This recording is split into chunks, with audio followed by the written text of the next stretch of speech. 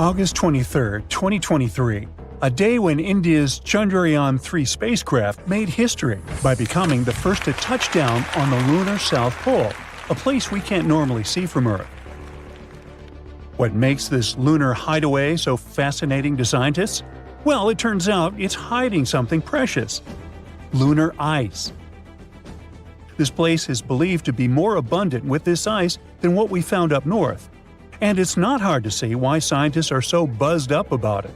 It's a frozen water source, and it could become our key to building a permanent lunar home, or even fueling missions all the way to Mars.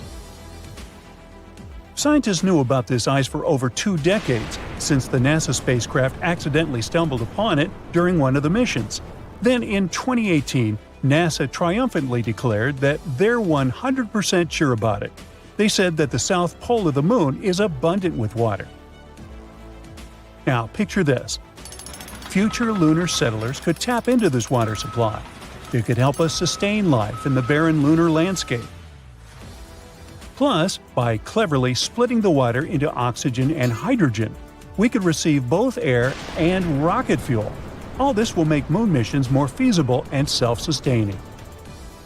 It's also a great glimpse into the past. This ice, maybe as old as the moon itself, could unlock the moon's and Earth's deep mysteries. But it turns out that water isn't rare in space at all. There might be lots of planets out there where life could thrive. We know this because we started finding water vapor around stars, and this water is remarkably similar to the water in our own solar system. This discovery suggests that the water on Earth originally came from space. Water forms around stars in the cloud of extremely hot vapor. Then it turns into ice and sticks to tiny dust particles. These particles stick together over time and become bigger objects, like comets, planets, and other things. Some of these become comets and planets in our own solar system.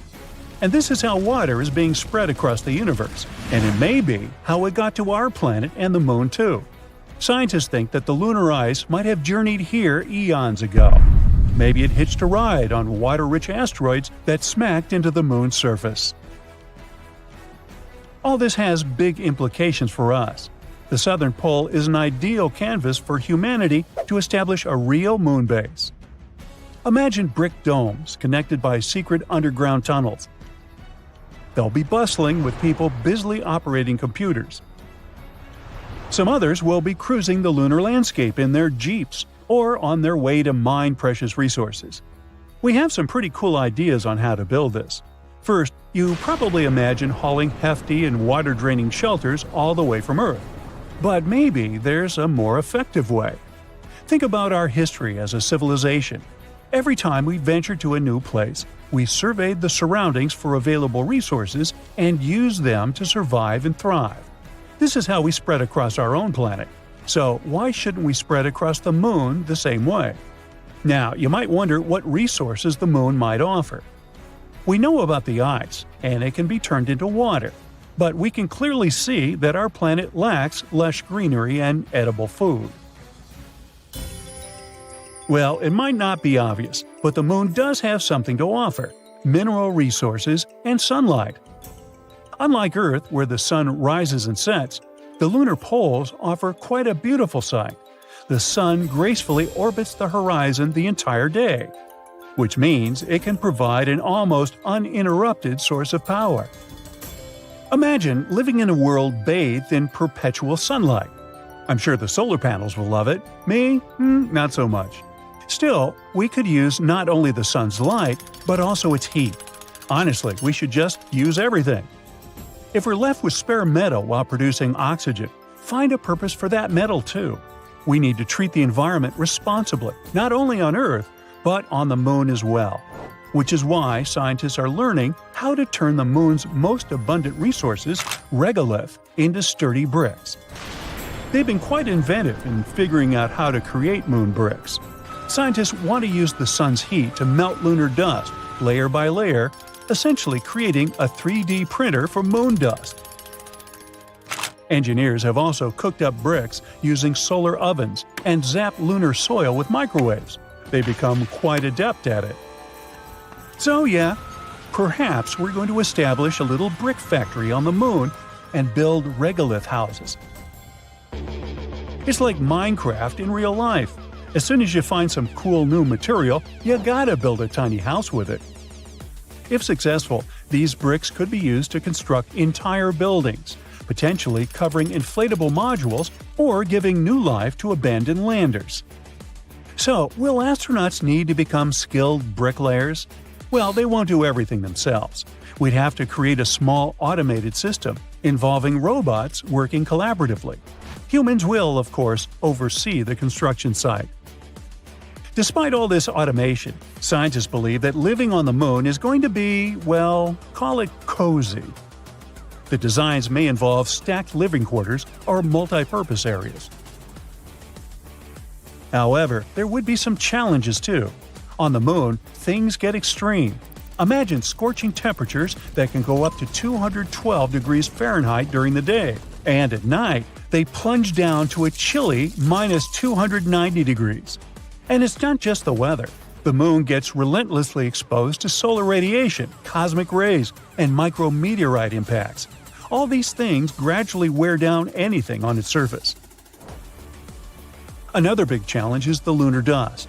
On the moon, there's no air to breathe, and the dust there can cause problems. And this one isn't only regular dust. It's super clingy and can even make astronauts sneeze and have watery eyes, as if they're having a lunar hay fever. It can also damage equipment and spacesuits. It's not something you want to mess with. Scientists have found that the dust is made when meteors hit the moon, creating tiny particles and sharp glass shards. It's toxic, and its tiny particles can float around in low lunar gravity, making it hard to breathe. Unlike on Earth, the moon doesn't have wind or rain to clean it away. So now they're studying it to find out how to prevent this annoying problem from ruining their entire mission. There's more to this lunar haven than meets the eye.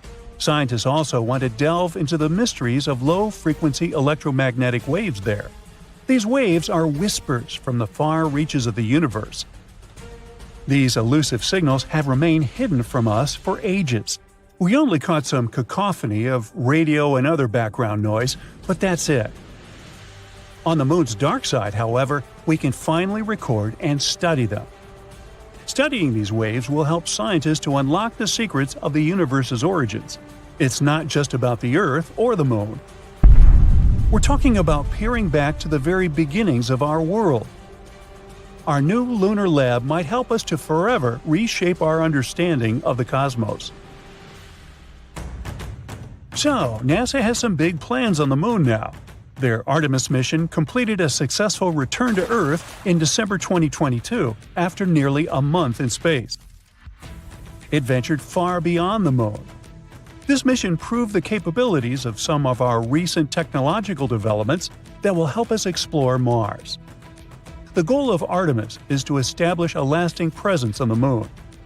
They want to create a gateway, like a space station in orbit around the satellite, to help with the landings. Artemis 2 is set to carry astronauts to lunar orbit in 2024, and during Artemis 3, which should take place in the mid-2020s, 2 astronauts will touch down near the moon's south pole. It's quite possible that the lunar base will be built within the next couple of decades. So, stay tuned. Guess what? The universe can get actual scars, just like when you fall off a bike. Well, here's why. Before the Big Bang, the universe was extremely hot, dense, and full of energy, and it seemed like everything was going well, until that all changed about 13.8 billion years ago. Then the universe exploded. After the blast, it expanded incredibly quickly. Our human brain can't even perceive how fast that expansion was. Sometime later, the universe started cooling down. As it did, giant, terrifying scars cutting through space-time appeared all over the place. And if we study these scars well, we can even get insight into time travel. These days, we call these scars cosmic strings. They're like stretch marks that appear when the skin expands too quickly. Or we could also compare them to cracks that form in the ice when it freezes. These strings are likely very thin, about the size of a proton, a positively charged subatomic particle. Yes, subatomic means smaller than an atom. The strings are also extremely dense and can stretch for light years. Now, imagine these cosmic scars floating through space, not interacting much with their surroundings. When two cosmic strings pass each other, they could warp space-time in such a way that it creates a time machine. If you were to travel along a certain path around these strings, you would end up returning to your starting point at an earlier time, which is traveling back in time. Now, let's admit it, this idea sounds like something from science fiction, but it's supported by cosmic string theory, and the math behind it seems to work. Unfortunately, no one has observed cosmic strings yet, so for now, it's still a theory. In 1991, one physicist proposed an idea for how cosmic strings could enable time travel. If two infinite cosmic strings passed each other in parallel, they would warp space-time, creating a time loop. This loop would allow someone to travel back in time. Even better, this idea doesn't contradict Einstein's theory of general relativity, which suggests that large objects can bend space and time. These bends in space-time could allow a shortcut through time. His now well-known concept of closed time loops also helps explain how wormholes might work. So, a wormhole is basically a theoretical tunnel connecting one place in space to another. Some people believe that by using such tunnels, we could create shortcuts for incredibly long journeys through the universe, which would allow us to visit other star systems and galaxies. So, let's say you manage to create a wormhole and even accelerate one of its ends to near the speed of light, and then you send it back to where it came from. Well, at that moment, those two ends are not synced anymore. One is in the past, while the other is in the future. And if you somehow manage to walk between them, you'd be time traveling. You could do something similar by placing one end of the wormhole near a powerful gravitational field, like a black hole, and keeping the other side near a weaker gravitational force. This way, according to the theory of relativity, time would pass more slowly nearer to the strong gravity side, and it would allow a particle or another chunk of mass to remain in the past relative to the other side of the wormhole. At the same time, if you decided to create a wormhole, you'd have to keep in mind that they are super dangerous. They might collapse all of a sudden. They're likely to be highly radioactive, or you could come into contact with toxic exotic matter inside. But let's get back to the math behind the cosmic string time machine idea. Admittedly, it is solid, but it doesn't mean such a time machine is possible yet. To use this way of time travel, we'd need to reach near light speed, and it might be impossible. According to Einstein's relativity, the faster an object travels, the more energy it needs to continue speeding up. In other words, we don't yet have the technology or energy sources to accelerate a spacecraft to these speeds. The idea of two infinite cosmic strings is also questionable because we can't create something that's infinitely long. So, while this time travel model is mathematically sound, the infinite nature of the strings would make this exact model impractical. At the same time, some scientists still believe that cosmic strings are a better possibility than most other models, like wormholes. In any case, before we can start considering time travel, we need to discover cosmic strings. Luckily, there's a group of astronomers working to detect low-frequency gravitational waves by measuring signals from a type of star called a pulsar. Now, pulsars send out regular pulses of radio waves, and by measuring small changes in the timing of these pulses, scientists can detect subtle shifts in space-time. Those changes are caused by gravitational waves, which are ripples in space-time. Now, so far, we've only detected gravitational waves coming from black holes. But in 2020, there was one strange signal that didn't look like it came from black holes. It could be coming from cosmic strings. And here, we need to mention string theory. According to it, the universe is made up of more than just the four dimensions of space-time. There are additional dimensions that are hidden from us. Plus, the basic building blocks of the universe aren't particles, but tiny vibrating strings. These strings can vibrate at different frequencies to create different fundamental particles.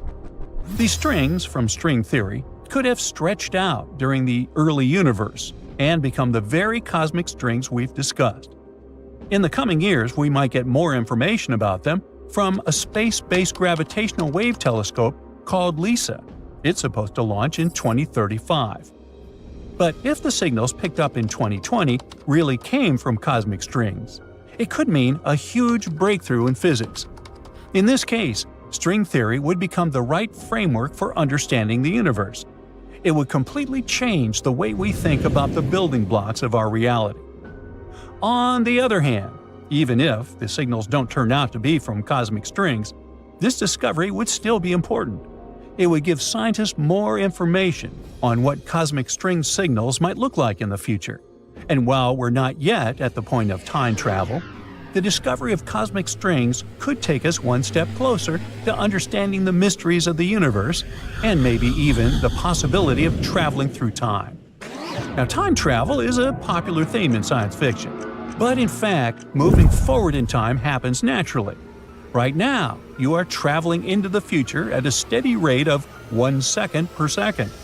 However, scientists have discovered that this rate can change depending on speed and gravity. Einstein's special theory of relativity explains that time slows down as an object moves faster. The closer you get to the speed of light, the more slowly time passes for you, compared to someone who isn't moving at all. The general theory of relativity adds another factor: gravity. The stronger the gravitational pull, the more slowly time moves. Near massive objects, such as the surface of a neutron star, black hole, or even Earth, time runs more slowly than it does far away from these space objects. If someone were to stay near the edge of a black hole, where gravity is incredibly strong, only a few hours might pass for them, while thousands of years would go by for people on Earth. If they returned, they would have effectively traveled into the future. This is a real and scientifically proven effect. A real-life example of time travel, though on a tiny scale, can be witnessed in space missions. For example, this cosmonaut spent a total of 748 days aboard the space station Mir during 3 separate missions. Because Mir was moving at high speeds relative to Earth, it experienced time dilation. As a result, he aged 0.02 of a second less than had he stayed on the ground. Now, this difference may seem tiny, but it shows that time moves differently depending on speed and location. But while traveling to the future is scientifically possible, traveling to the past is much more complicated and controversial, and leads to logical paradoxes. Imagine you throw a billiard ball into a time machine. It travels to the past and collides with its earlier self. This prevents the ball from ever entering the time machine in the first place. A contradiction. Scientists have found an invisible star at the Milky Way center, a star that helped our galaxy be born. 26,000 light-years away, in the galactic center, a massive, invisible object started spreading everywhere, and you don't even know that you're breathing it right now. It all started in the 70s, when an astronomer named Vera Rubin was studying the Andromeda Galaxy.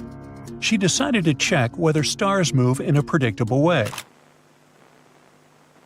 Now let's say you're spinning a ball on a string around yourself. The closer the ball is to you, the faster it moves in a tight circle. But if you let the string out longer, the ball moves more slowly in a bigger loop. That's how gravity works. And the same goes for planets. The closer ones, like Mercury, zoom around quickly, completing their orbits in months. The far ones, like Neptune and Saturn, take their time, decades, to make one rotation. The stars themselves should orbit the centers of their galaxies the same way. The closer ones move fast, the farther ones are slower, right? But when Vera measured the speeds, she saw something impossible. They weren't slowing down. The faraway stars were moving just as fast as the ones near the center. By all logic, the galaxies should have torn themselves apart, but they didn't. And that meant something was holding them together, something undetectable, some massive invisible object in the galactic center warping reality without ever revealing itself. So she checked over and over with different galaxies. This wasn't a fluke, it was happening everywhere. Rubin had accidentally uncovered proof that galaxies were drowning in something far heavier than all the stars, planets, and gas in our entire universe combined. It was holding us with ghostly hands. Astronomers called it dark matter because it doesn't glow, doesn't reflect light, doesn't seem to interact with anything at all. It's just there. But all the calculations show us that it exists, and not merely exists, but makes up 85% of all the mass in the universe. We know that it sculpted galaxies. Without it, the world as we know it wouldn't exist. And yet, just like with an invisible star scientists found at the Milky Way center, the only way to detect it was through gravity. So how do you find something that refuses to be found? Recently, scientists discovered there might be an invisible star at the Milky Way center, and this fascinating discovery might finally help us understand what dark matter looks like. They began looking for dark matter's fingerprints, any signs of its presence anywhere. They studied how galaxies moved and smashed particles together in giant machines, hoping to create tiny bits of dark matter in the lab. This didn't really lead to anything. They didn't even know what to look for. Is dark matter even made of particles? There was a theory that suggested that it's made of ghostly particles that barely touch anything, or even weirder ones that might flicker in and out of existence in the blink of an eye. There was a problem, though. If dark matter really worked like that, then the centers of galaxies should be packed tight. Tons of matter would be crammed into a tiny space. But in our universe, galactic cores seem strangely soft, spread out, almost gentle. A new theory emerged, and it was wild. What if the dark matter at the heart of galaxies isn't made of heavy particles at all? What if it's made of something so delicate that it behaves more like a strand of hair? These hairs could be made of something incredibly light, lighter than anything we've ever seen, and billions of times smaller than a neutrino, which is already the lightest known particle. They called this idea fuzzy dark matter, and it might change everything we thought we knew about the universe. A team of astrophysicists wanted to test this idea, so they ran a simulation, creating a simple model of a galaxy with two main ingredients: a whole lot of fuzzy dark matter and a little bit of gas, the same kind of gas that forms the stars we can see. They pressed start and just let the system evolve by itself, watching how the two would interact. At first everything was pure chaos, but then the fuzzy dark matter started to gather. It pulled itself together, forming a massive invisible object near a galactic center. The gas followed, spreading throughout this ghostly mass, mixing with it and glowing faintly. And then it suddenly formed something incredible: dark stars. Not typical stars like our sun, blazing with heat and light. Instead, it's enormous, massive, invisible objects, a hybrid of two different kinds of matter. We've never seen anything like this before. An object that would stretch across thousands of light years, and yet they'd be almost weightless, more like cosmic puffy clouds than anything else. Scientists called them Fermion boson stars. Finally, this dark matter thing is starting to make sense. The core of this strange invisible star would have just the right density, not too dense, not too loose. And it looked exactly like what astronomers actually see in real galaxies. If it's confirmed, then it would finally explain how dark matter behaves and works. And if they're right, then every galaxy in the universe could be tied to one of those vast unseen giants. The Milky Way hidden star might be one of them, shaping our galaxy in ways we never realized. What's wild is that this stuff wouldn't behave like normal matter. It wouldn't form anything solid. Instead, it would be more like a complex, ever-moving web of filaments or hairs. This also means that Earth might be completely surrounded by it. Dark matter still follows the rules of gravity. As it moves past planets and stars, gravity pulls it into focused streams, so it's both hugging and passing through our planet, wobbling consistently. If we could see them, they might look like glowing invisible threads everywhere, and they'd pierce right through the planet, stretching far into space. But this is only the beginning. Now scientists need to refine their models, make them even more detailed, and compare their predictions to real galaxies. But this dark star discovery in the galaxy's center isn't our only clue. Luckily, the universe has given us a way to look for that fingerprint – gravitational lensing. When light from a faraway galaxy travels toward us, it sometimes passes by another massive galaxy on the way, or other massive objects with crazy gravity. Instead of continuing in a straight stream, light actually gets bent around the massive object because of that gravity. And when it finally reaches us, it creates a distorted and magnified version of the original galaxy. Basically, it's like looking through a piece of curved glass. If dark matter is fuzzy, then it should leave a strange pattern on these distorted images. Things should be a bit wavy and unclear. Scientists needed the perfect object to study this, and they found one. A faraway galaxy whose light was bent by gravity, creating a strange stretched-out image. They used super-powerful radio telescopes, connected them all over the world, and turned them into one giant telescope as big as the Earth itself. With this, they could zoom in so much that they could see details of that galaxy as tiny as a grain of sand on the moon. Then they ran a huge experiment. They created their own fake versions of this picture, simulations with various sizes of fuzzy dark matter particles. And at a certain point, they found the perfect match. This helped us calculate the exact mass of dark matter particles before we even detected them. And the clues are leading us right to our own galaxy. It seems like densest parts of these hairs, the roots, might be super close in the cosmic scale, just tens of thousands of miles from Earth. That's close enough for a space probe to reach. Now that scientists have found this invisible star at the Milky Way center, we just need to study it up close, send a mission to one of these roots, and then we might finally crack the greatest space mystery of all.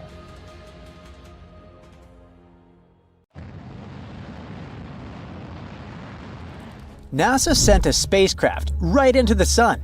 It's the fastest human-made object ever, and could cover the distance from Philadelphia to Washington, D.C. in just 1 second. The Parker Solar Probe's mission is to study our star's dangerous behavior. Scientists warn that massive solar storms are inevitable, and the consequences could be catastrophic for our planet. The spacecraft got 7 times closer to the Sun than any other probe ever did. It managed to do so during its 20-second flyby to the star since its launch in 2018. Because our star is so massive, its gravity is really strong, like a giant magnet. As the probe flies around the Sun, it uses gravity to go faster and faster and eventually picks up that crazy speed. As it got closer and closer to the Sun's corona, which is its outer atmosphere, the probe had to survive temperatures of 2,552 degrees Fahrenheit. That's hot enough to melt many metals. It was protected from that heat and radiation by a 4.5-inch thick carbon shield. It kept the tools inside the probe safe and running at around room temperature. The scientists went to all this effort because they're hoping to solve a big mystery about the Sun that's been puzzling them for ages. The surface of our main star is already super hot, but as you move closer out to the corona, the temperature shoots up to millions of degrees. And it doesn't make any sense because it's farther away from the Sun. So maybe we could finally get some answers about this heat phenomenon. The mission is also going to help us understand something called solar wind. The Sun is constantly shooting out tiny bits of energy and charged particles into space, like a never-ending breeze of electricity. When this solar wind hits Earth, it can create amazing light shows in the sky called auroras. The more active the Sun is, the farther south you can see auroras. Our star follows natural cycles that last about 11 years. The activity goes from low to high and back down to low. Right now, we're in the solar maximum, the peak of the activity cycle. That's why we've spotted beautiful auroras in the most unexpected places in 2024. The downside to it is that the Sun's activity can send out bursts of energy and charged particles that can mess up things like radios, satellites, and even GPS. It can be dangerous, especially for astronauts out in space who aren't as protected as we are here on Earth. Humans wouldn't feel the compression of the planet's electromagnetic field because of all the extra radiation, but power grids are really sensitive to it. If we don't act fast, when it happens, the influx of energy will go into power transformers all over the world, disrupt them, and leave big areas without electricity. If this happens during a hurricane or a tornado, when communication is already super important, it could make it much harder for emergency services to communicate and save lives. That's why it's so important to learn to predict this space weather. It's tricky because, unlike most disasters, like earthquakes, floods, and volcanoes, it doesn't leave behind any kind of physical evidence. The only big solar storms we really know about happened in 1859 and 1921. The first one, called the Carrington event, was so wild that it made sparks fly from telegraph wires. The auroras were seen all the way near the equator. Scientists back then were using a special kind of paper that reacted to light to record solar activity. During the Carrington event, the reading from the sun went off the page, literally. Whatever was happening, it was so extreme that we still don't fully understand it. Then, there was the New York Railroad Storm of 1921. It was powerful enough to knock out telegraph systems across the US, Europe, and the Southern Hemisphere. The storm boosted radio transmissions for a bit, making them travel farther than usual. But back then, there weren't nearly as many radios, so it wasn't super helpful. The bigger problem was the electrical grid in the US, which was heavily damaged. Back in 1859 and 1921, people weren't as dependent on tech as we are now. If a storm like that hits today, the consequences could be way more catastrophic. Scientists from New Zealand who study space weather are working on simulations trying to prevent disasters from happening. They say one of the possible options to do it is to study other suns like ours elsewhere in space.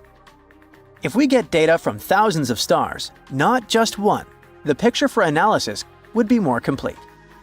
So far, scientists have launched or plan to launch several other missions in addition to the Parker Solar Probe. Meanwhile, NASA is working on another mission, launching Endurance, robotic moon machinery on steroids. Its main mission will be to collect samples from key lunar locations that will later be retrieved by astronauts from the Artemis program. These samples are spread across the largest impact basin on the moon, separated by hundreds of miles. To do it, Endurance will have to be way more advanced than Perseverance, NASA's current most cutting-edge rover. Endurance will drive roughly 100 times further, drive 10 times faster, and collect roughly 200 times more sample mass. Endurance would also be the first planetary rover to drive at night. And because it will be on the far side of the moon with limited communication to Earth and surface data, it will have to drive autonomously between sample locks and make its own decisions in tough conditions. When it reaches its destination, it's going to switch to a more classic way of doing things. Scientists back on Earth will get involved directly, guiding the rover to explore the sites and collect samples. The teams on Earth will also keep an eye on how the rover is doing by monitoring its telemetry, which is the data it sends back, like its health stats. If they spot any signs that a part is wearing out or something isn't working quite right, they'll tweak the plan to keep things running smoothly. All this will cost huge amounts of money, probably way more than the Viper moon mission that was cancelled after NASA had spent around $450 million on it. While Endurance is in the planning stage, the Blue Ghost lunar lander is already on its way to the moon. Its main mission is research. It will spend 25 days in Earth's orbit, taking measurements and waiting for the right time to fling itself to the moon. After 4 days in transit, Blue Ghost will hang out in lunar orbit for another 16 days to collect more data.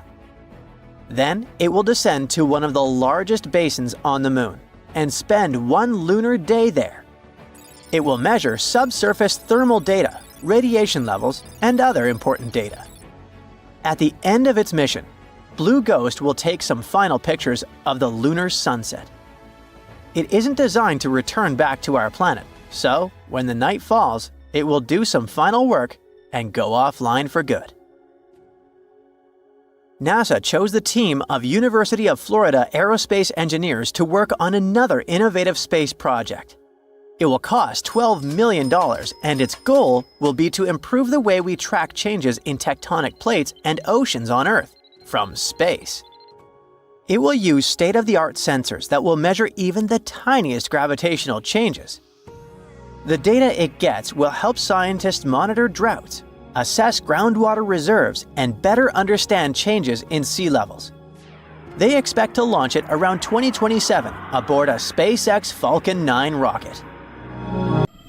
This signal had been traveling through space for 200 million years, and now, when it finally reached Earth, it brought a fascinating story with itself. It might even help us solve an 18-year-long mystery. We caught this one in 2022. It was such an intense burst of radio waves. Even though it lit up for a fraction of a second, it outshined entire galaxies. At first, the signal hasn't caught attention because we've seen similar things before. It was a fast radio burst, or FRB for short. These guys have been a mystery for years now, all because we have no idea where they come from. Now, FRBs are brief booms of energy coming to us from all over outer space. They're barely catchable, lasting up to 3 seconds. But they're also very hard to miss because their power is absolutely unimaginable.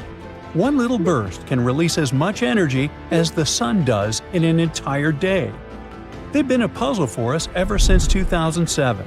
We've caught over 1,000 of those signals from literally everywhere, from our own galaxy to places as far as 8 billion light-years away. And none of them revealed where they're coming from or what they mean. At least we know they're not from extraterrestrial creatures. They have to be coming from something that happens nearly constantly, and this recent signal might finally help us learn the truth. It lasted about 2 milliseconds, and it wasn't particularly bright.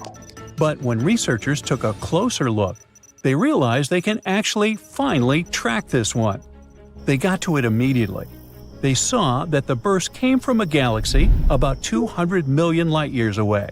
In other words, this is exactly how long these radio waves have been traveling to us. The signal flickered in a weird pattern. This is what we call a scintillation. When light or radio waves travel to us, they can stumble upon unexpected crazy clouds of gas. The particles and light waves start bouncing off this gas, which disturbs the signal a little bit. So, when we received it, it was a bit weird and distorted, kind of like me. But this exact cloud was what helped us locate where exactly this signal came from. Turns out, it came from a neutron star. Now, these are some fascinating guys. They're the remnants of stars that live fast and burn bright. When a powerful star like this, much larger than our Earth, runs out of fuel, it can no longer support its weight. So it goes away with an insane spectacle called a supernova.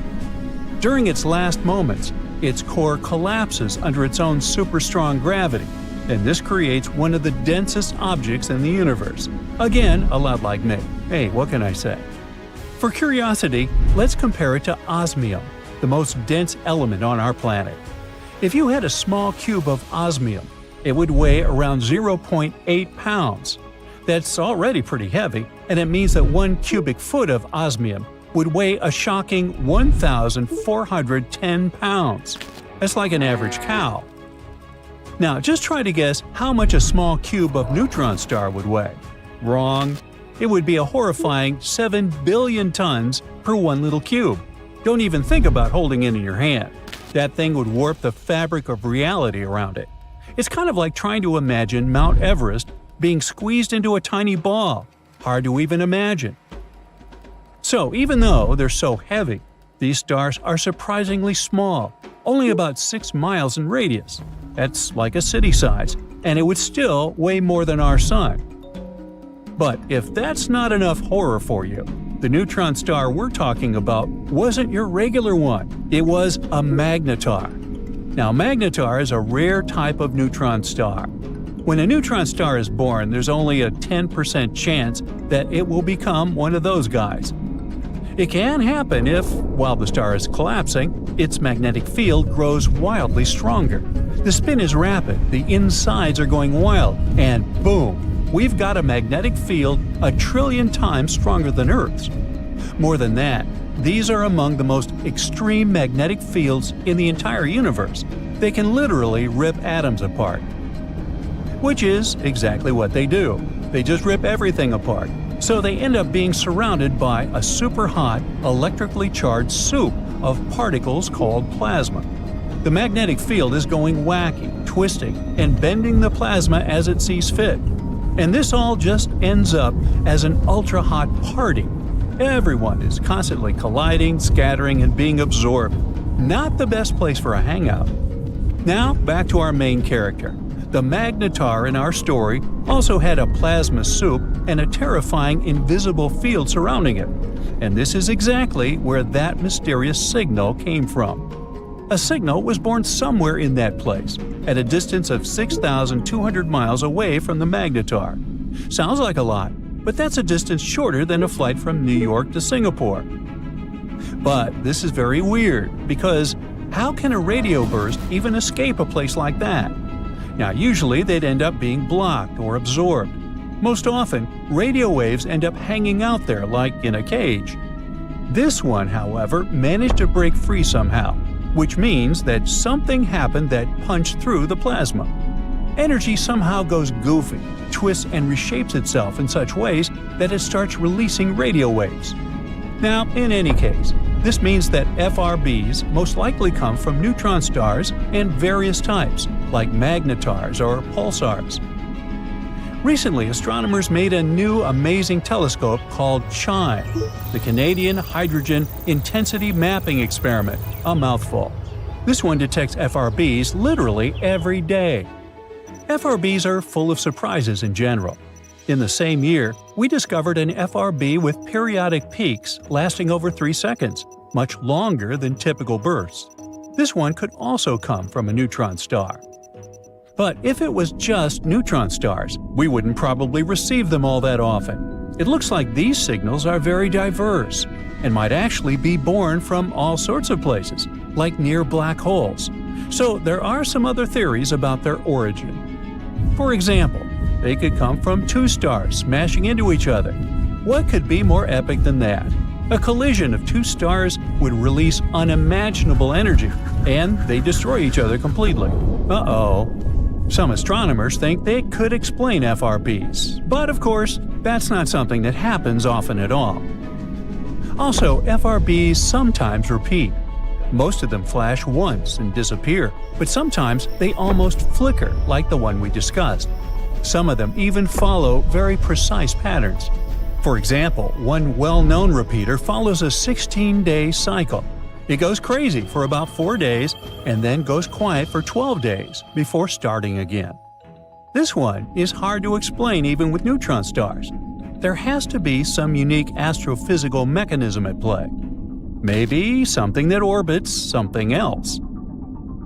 But anyway, a star's collision would only explain signals that flash once and never again. Another possibility is the blitzar. It's a goofy name for a very dramatic idea. A neutron star turning into a black hole. Once again, an event like that unleashes a huge burst of radio waves. But, again, an occasion like that would be incredibly rare, and the signals aren't supposed to repeat. Black holes themselves are a pretty good option, though. They're central to many FRB theories. Could these bursts come from a neutron star falling into a black hole? Or from a collapsing black hole itself? Maybe even dark matter interacting with a black hole? Hey, who knows? Let's just throw all the ideas in there. Of course, the thing that everyone's most excited about is extraterrestrial civilization. Maybe not all of these bursts, but at least some of them could be signals from our intelligent neighbors. But like we said, that's very unlikely, considering that the signals come from all over the sky and many different distances. Also, almost all of them are the same, and that would be super hard and weird from an intelligent civilization to try and reproduce. Though who knows what else we might discover in the future. So, astronomers have just announced that they might have found signs of possible life on a planet outside our solar system. Wow! This distant world is called K2-18b, and it sits about 124 light-years away in the Leo constellation. So, what life are we talking about? Little green men? Octopus-like tentacled creatures? Well, not exactly. First things first, let's define what life is. It's what distinguishes animals and plants from inorganic matter, like the ability to grow, reproduce, and change. Now, what do we need to support life? If what comes to your mind is water, bingo! Scientists have the feeling that K2-18b might be covered in oceans, and if it's so, it can support tiny forms of life like microbes. A team of researchers from the UK and the US used the James Webb Space Telescope to look at the planet's atmosphere. They found hints of two very special chemicals. On Earth, only living things can produce those, and the living things I'm talking about are mostly tiny ocean plants called phytoplankton. So, basically, this planet might indeed host life in the form of algae. Now, of course, scientists still need more proof before getting too excited. We should keep in mind that it's possible that those chemicals were made by something we don't understand yet, not necessarily by living things. But still. K2-18b is a big boy. It's more than 8 times heavier than Earth and about 2.5 times larger. So, what makes it even more interesting is that it's located in the Goldilocks zone around its star. That means it's not too hot and not too cold there, just right for the existence of liquid water, which is highly important for life as we know it. Astronomers study faraway planets like this by watching how their light changes when they pass in front of their star. This allows us to figure out what kinds of gases are in the planet's atmosphere. Back in 2013, the James Webb Space Telescope found methane and carbon dioxide in the atmosphere of the planet. These are carbon-based molecules, and it was the first time they were found on a planet in the habitable zone. Scientists also saw a weak signal of a chemical called DMS, which is mostly made by tiny ocean life here on Earth. So, the researchers pointed the telescope at the planet again a year later using a different tool that could pick up more light details. This time, they found much stronger signs of DMS and some related chemicals. But the problem is the signals aren't strong enough yet. They haven't reached something called the 5 sigma level, a parameter scientists use to confirm discoveries. Plus, even if the DMS really is there, it doesn't automatically equal the existence of life. Scientists once found DMS on a comet, which means that it can be produced without some kind of life taking part in the process. And still, the amount of DMS on K2-18b looks way higher than anything seen on Earth. That's why some astronomers are sure it's coming from something living. K2-18b has been a top pick for what scientists call a Haitian planet. This term means a big, watery world with thick hydrogen atmosphere. It's not the kind of place where extraterrestrial civilizations like in movies would live. But it could be home to tiny life forms, like the microbes that once lived in Earth's oceans billions of years ago. Once again, not everyone agrees on how friendly K2-18b really is for life. Some scientists think planets like this might actually be too close to their stars to hold on to liquid water. K2-18b orbits its star every 33 days, which is pretty fast, and could mean it's too hot. That's why some experts claim that even if the planet has any water at all, it might be boiling. Or maybe it's not water, but oceans of lava.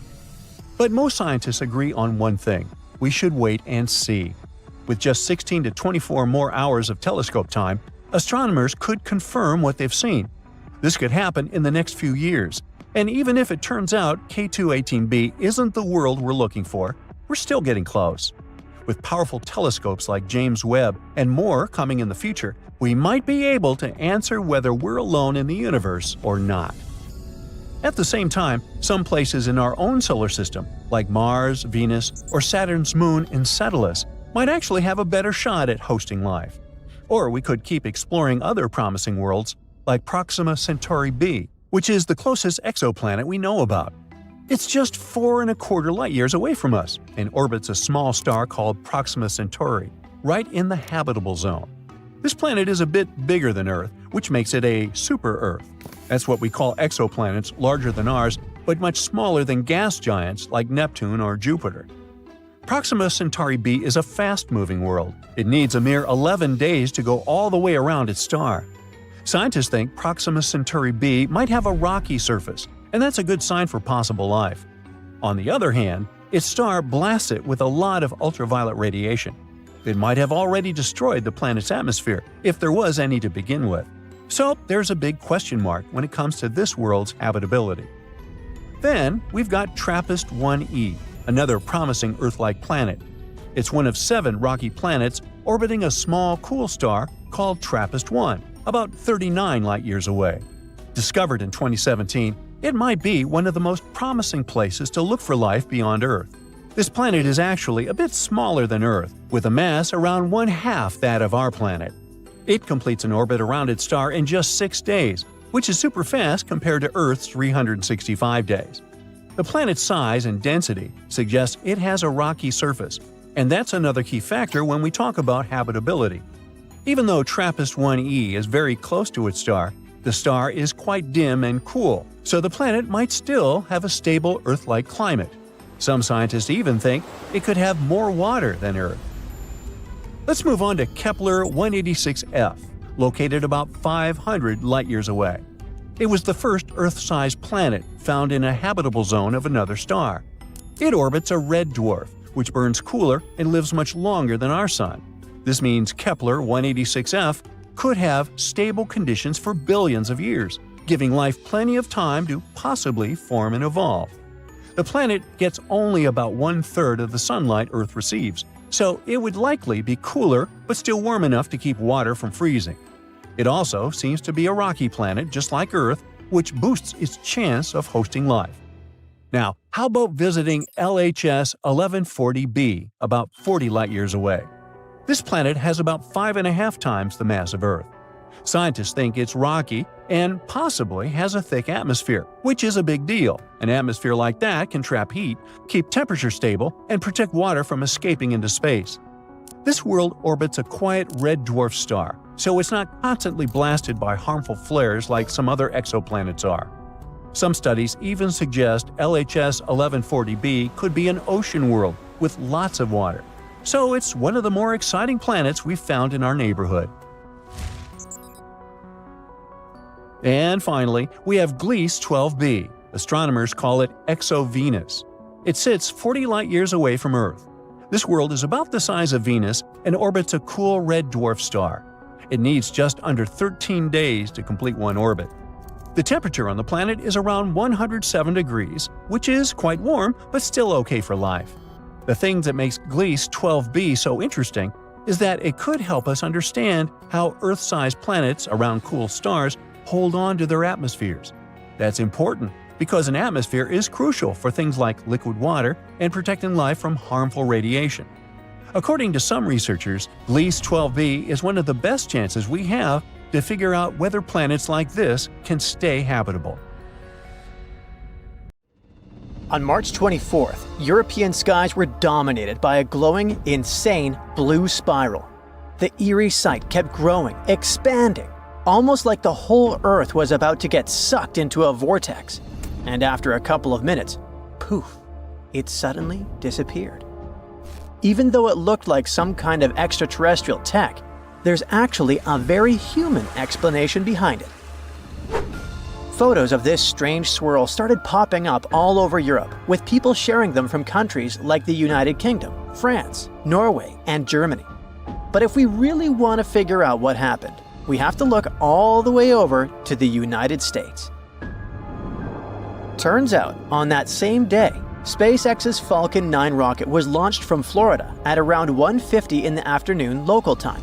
So while most people in the US saw clear skies after the launch, it actually caused that strange anomaly in the European skies. And that happened because Falcon 9 is a reusable rocket. So, after launching into space, it releases what is called its payload. And by that, I mean whatever it is carrying, like a satellite. After completing its mission, the rocket itself turns back toward Earth. As it does, it ejects any leftover fuel, which instantly freezes due to the high altitude, forming a spiral pattern because of the rocket's movement. light then reflects off the frozen fuel, making it visible from Earth. Basically, that's what the blue spiral was, leftover fuel released by the rocket in space. So, should we be worried down here on the ground? I mean, is it dangerous? Well, no. It's not like it was some kind of spacecraft accident, it's just leftovers and light. And this is totally normal for the Falcon 9 rocket. Even though it went viral this time, the same phenomenon was spotted about 4 years ago. Back then, people speculated all kinds of things, like a swirling galaxy moving across the sky, or even an unidentified, unexplained flying object. But nah, it was just one of Elon Musk's space toys. Speaking of which, his space agency is also behind another eerie sighting that's becoming more common. On clear nights, many people have reported seeing a strange string of lights moving quickly in a straight line, almost like a train of stars. Those aren't drones, and they're definitely not perfectly organized shooting stars. These strange lights are actually Starlink satellites from SpaceX. You know, that project that beams high-speed internet from space using thousands of tiny satellites, basically turning the entire planet into a giant Wi-Fi zone. But wait, satellites don't have lights on them. So how is it possible that they look so bright at night? Well, basically, what we're seeing is the sun reflecting off the satellites as they travel through their lowest orbit. And they're only visible if the sky isn't too bright. What's really impressive is that you can see this same event more than once on the same day. That's because Starlink satellites travel at a staggering speed of 300 miles per minute, and they complete one full orbit of Earth every 90 minutes. So, doing the math, that means you could spot those satellites within 2 hours of a previous sighting. Without a doubt, the beginning of the year was busy for skywatchers in the United States. In February, they got to see this stunning, cloudy jellyfish shape taking over the sky. What do you think it is? If you guessed another thing related to SpaceX, you're right. This is another art created by a Falcon 9 rocket. This time, it happened because the rocket was launched during the evening twilight. The light from the setting sun bounces off the rocket's smoke trail, creating this amazing effect. Now, let's move on to Italy, where another creepy event occurred. It was a stormy night, and suddenly, way up in the sky, a giant glowing red ring flashed for just a split second. Nope, it was not an extraterrestrial portal. This is something called an ELV. This happens when a powerful lightning strike sends out an electromagnetic pulse that hits the ionosphere, which is a super high up layer of our atmosphere. When this happens, nitrogen atoms up there get excited and glow red, creating a massive but super quick light show. Another red phenomenon happened in Scandinavia, but instead of a ring, it was more like a streak of light. This is known as a stable auroral red arc, or SAR. Despite the name, it's not an aurora. It's something much rarer. This phenomenon happens when the Earth's magnetic field, which acts like a big protective shield, gets disturbed. This disturbance causes some gas in the atmosphere to get super hot, thanks to a huge electrical current around the planet. What's weird is that only oxygen gets heated up during a SAR, which is why these light shows always glow that same red color. And fun fact, this event is more likely to happen after a big solar storm weakens Earth's magnetic field. It is impressive to see phenomena like this with the naked eye, but the view from outside Earth can be just as stunning. In 2022, an astronaut aboard the International Space Station spotted two bizarre blue blobs of light glimmering in our planet's atmosphere. They happened at the same time, but they weren't related at all. One of them was a massive lightning strike that hit right next to a large circular gap in the clouds. The lightning lit up the surrounding cloud walls, creating a glowing ring around the hole. Another one was caused by the moon. The way the moon was positioned made the sunlight it reflected pass through Earth's atmosphere, creating a bright blue blob with a fuzzy ring around it. And if you're wondering what that weird orange halo is, running parallel to the curvature of the Earth, I've got you. That's the edge of the atmosphere, also known as Earth's limb. And this is what it looks like when viewed from the International Space Station. In Canada, residents of central Alberta were looking up at the sky one night when they suddenly saw something strange. A bunch of vertical beams of light that seemed to be coming from the ground and reaching up into the blackness of space. It sure looked like something out of a science fiction movie, but this is actually just an optical illusion. Yep, it's a visual trick caused by some specific winter conditions. This phenomenon happens when light is refracted by ice crystals. Here's what's going on. When it's freezing outside, tiny ice crystals form in the air. These crystals are super thin and flat, so each one acts like a tiny mirror that reflects light sources positioned below it. Basically, the crystals reflect the light straight up, creating those glowing vertical beams. And it can be caused by any light source, like the sun or the moon. But in most cases, the sources of these light pillars is man-made, like car headlights or streetlights. Even though the phenomenon is completely natural, it rarely happens, and only in very specific situations. First, it has to be freezing cold. On that particular day in central Alberta, for example, the temperature was around minus 30 degrees Fahrenheit. Then, the weather has to be calm, with no wind at all. If a storm breaks out, forget it. You won't be able to see the light pillars. And don't mix them up with auroras, okay? Auroras are mostly seen in high-latitude regions, like around the Arctic and Antarctic.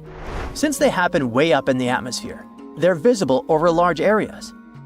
Light pillars, on the other hand, are more localized and concentrated in a much smaller area.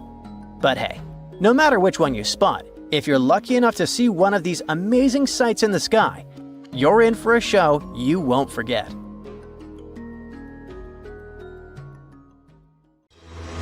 Right now, 4 tiny, Earth-like planets are chilling around one of the closest star systems to us. We're talking second closest. These little rocky worlds are each about 20 to 30% the mass of Earth. So not quite Earth 2.0, but still pretty solid. Will one of them become our new home one day? Well, all of them are pretty close, so future humans might actually visit them someday. Not like next year or anything, but we could potentially send missions there.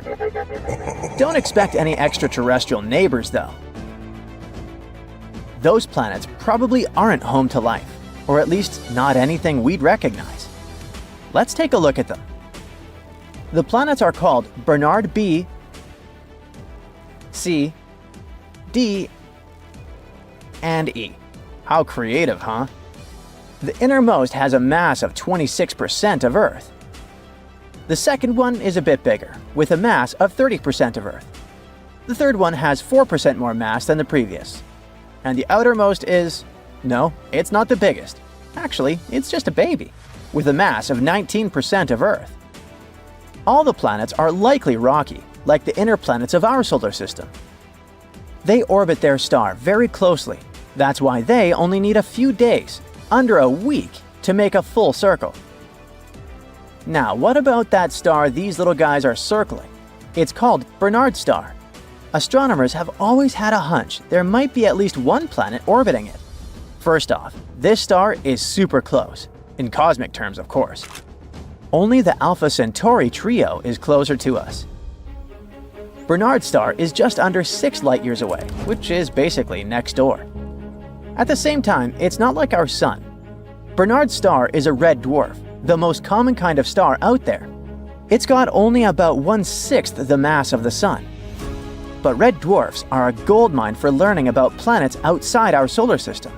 And studying Bernard's star can help scientists figure out what planets around single stars, like our Sun or this red dwarf, are like. Or what kind of environments red dwarf planets might have. And most importantly, we might finally find the answer to this super important question. Could any of these places actually support life? For the longest time, scientists thought there might be a big Jupiter-like gas giant hanging out near Bernard's star. all because the star has a little wobble. It looks as if it shifts towards and away from Earth over time, so something might be tugging on it. Interestingly, it wasn't a giant planet doing the pulling. According to a study from March 2025, it's actually 4 smaller rocky planets, each about 4 times the mass of Mercury. One day, they ganged up and started tugging on the star together. These planets are incredibly close to their star, so close that they can whip around it in just a few days.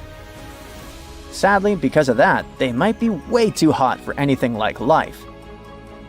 Besides, since these 4 seem to explain all the star's movement, the researchers think there's probably nothing else orbiting the habitable zone. So, there's no Earth 2.0 orbiting around Bernard's star. Still, it's an awesome find, especially since this star is basically our cosmic neighbor. Plus, the system might not stay off limits forever. With nuclear fusion engines or light sails, futuristic propulsion systems that could make the trip way faster. We might probably go there one day. And then we'll finally figure out if these worlds are really lifeless and maybe even colonize them. Now, let's see how scientists found the star's hidden planets. Normally, astronomers spot exoplanets when they catch them crossing in front of their stars and blocking some light. But Bernard's star is tricky because, in our view, it's like we're looking from above the system, so its planets don't block the light in the usual way. That's why they call it the Great White Whale of planet hunting. To get around this, researchers used a super sensitive instrument called Maroon X attached to the Gemini North telescope on Hawaii's Mauna Kea volcano. Over 112 nights, spread out across 3 years, the telescope picked up tiny changes in the star's movement. These shifts let scientists figure out how many planets must be tugging on the star, as well as estimate their sizes. At first, they found 3 planets. But then they used another device, deliciously called Espresso, and located at the Very Large Telescope in Chile. And only after a shot of this espresso did they find a 4th planet. By combining the data from both instruments, they were able to more or less confidently say their findings were solid, not just random glitches in the data. Even though red dwarfs, like Bernard's star, are the most common type of star in the universe, most are way too far for us to see planets around them easily.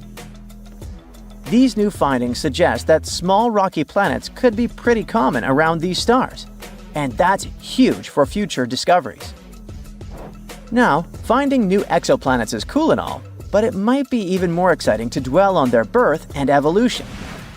And a recent study has made the sweetest discovery ever.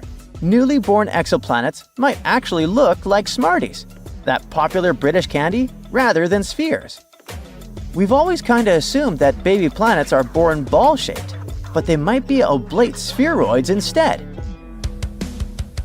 A team of scientists from the University of Central Lancashire in England used computer simulations to build a model of the formation of planets in dense gas disks surrounding young stars. After that, they compared these models with actual observations and noticed that the young planets took pretty unusual shapes. The thing is that even though almost 6,000 exoplanets have been discovered so far, astronomers still don't have a clear understanding of the sequence of events marking their birth and early evolution. But this new research might finally shed light on this process. So, the astronomers examined the formation mechanisms of gas giant planets like Jupiter and came to the conclusion that planets built up from their centers. After that, the researchers focused on the initial shapes of such planets. They were also interested in how they could encourage the growth of these planetary seeds. How could they turn into such massive planets, some of them bigger than our solar system's largest giants? According to the standard theory of the formation of planets, such growth happens gradually and smoothly. First, dust particles start to stick together, turning into larger and larger objects. This process lasts for a very long time and is known as core accretion. It's the model of planet formation scientists favor. There's another theory, according to which planets' birth might happen over shorter periods of time. This data involves a protoplanetary disk, a disk of gas which makes up 99% of its mass, and dust, around 1%. This disk orbits a newly formed star, and hypothetically, planets might form from this cloud. Protoplanetary disks are likely to be common byproducts of star formation. They might range in mass from 0.001 to 0.3 solar masses. Inside such disks, matter slowly moves inward, and dust particles grow bigger, to the size of pebbles. At one point, after 2 to 3 million years, a giant rotating protoplanetary disk breaks into pieces, and that's how baby planets are born. This theory is known as the disk instability model. As for the model built by the team, it seems to support this second, less favored theory: rapid planet formation through disk instability. All because this theory explains how large planets can form relatively quickly at pretty large distances from their host stars. As for the weird flattened shape of these newly formed planets, it might be due to the material falling onto them. Most likely, it goes mainly to the poles of new planets. One of the main conclusions of the research is that the appearance of young exoplanets, as we see them from Earth, may vary depending on how they're angled. If Earth is directed face on to an exoplanet, it will seem that the latter has a traditional spherical shape. But if seen on edge, a baby exoplanet will look like a real smarty. The team is going to continue to investigate the formation of planets with the help of an improved computer model. They believe they can find out the role the environment around a young planet plays in affecting its shape and formation. You know, oceans cover around 70% of Earth's surface, and we have only explored 5 to 20% of them. And now, astronomers have found more water, a huge stash floating out there in space by a quasar that's more than 12 billion light-years away. And we aren't talking about just a little puddle. It's a mind-blowing amount of water, about 140 trillion times more than all the water in Earth's oceans combined. It's hanging around a supermassive black hole that's a staggering 20 billion times bigger than our Sun. This black hole is surrounded by a super bright quasar. It gives off as much energy as you get if you gathered 1,000 trillion suns. I can't count that high. Oh, by the way, since light takes time to reach us, we're seeing this quasar as it was when the universe was still very young. Astronomers are sure that the newly discovered water reservoir is the farthest and biggest we have ever found in space. Mark Bradford from NASA's Jet Propulsion Laboratory explains that the environment of this quasar is so unique that it's capable of creating an incredible amount of water. Bradford's team, along with another group of astronomers, has been studying the quasar and the supermassive black hole at its center for quite some time. They've noticed that as the black hole pulls in surrounding matter, it heats up the nearby gas and dust. This process has created a region packed with molecules that have never been observed at such a great distance before. Now, quasars were first spotted around 50 years ago, when telescopes picked up super bright objects way out in space. They're not regular stars. They shine from the centers of distant galaxies and are so powerful they outshine all the stars in their galaxy combined. At the heart of every quasar is a gigantic black hole, which is millions or even billions of times heavier than the Sun. When gas and dust swirl toward the black hole, they heat up and release an insane amount of energy. It makes quasars some of the brightest and most powerful things we've ever seen in space. Looking at quasars is like looking back in time. The light we see from them today has been traveling for billions of years. It gives scientists a peek at what the universe looked like way back in the past. Quasars can help us understand how galaxies formed, how matter spread out, and how the first cosmic structures came together. Some quasars shoot out massive jets of superfast particles. Stretching across space, they can sometimes change entire regions of the universe. But let's get back to that space water, or rather water vapor. When astronomers discovered it, it was floating around the quasar, spread across a huge area hundreds of light-years wide. For comparison, just 1 light-year is about 6 trillion miles. Even though the gas there is incredibly thin, unlike what we're used to on Earth, it's much warmer and denser than the gas found in most other galaxies, including our own Milky Way. The temperature of this gas is around minus 63 degrees Fahrenheit, and it's about 300 trillion times less dense than Earth's atmosphere. It does sound extreme, even in space terms, it's unusual. Now, water vapor isn't just another molecule. The very fact that it exists near the quasar hints that the area is regularly blasted with radiation. That's what keeps the gas warmer than usual. To add to the mystery, astronomers also found carbon monoxide and other molecules. In other words, there's plenty of raw material floating around. In the future, this gas could help the supermassive black hole grow even bigger, up to 6 times its current size. But that's just one of many potential scenarios. Some of the gas might get pulled into the black hole, some could form new stars, and some might even get flung out into space.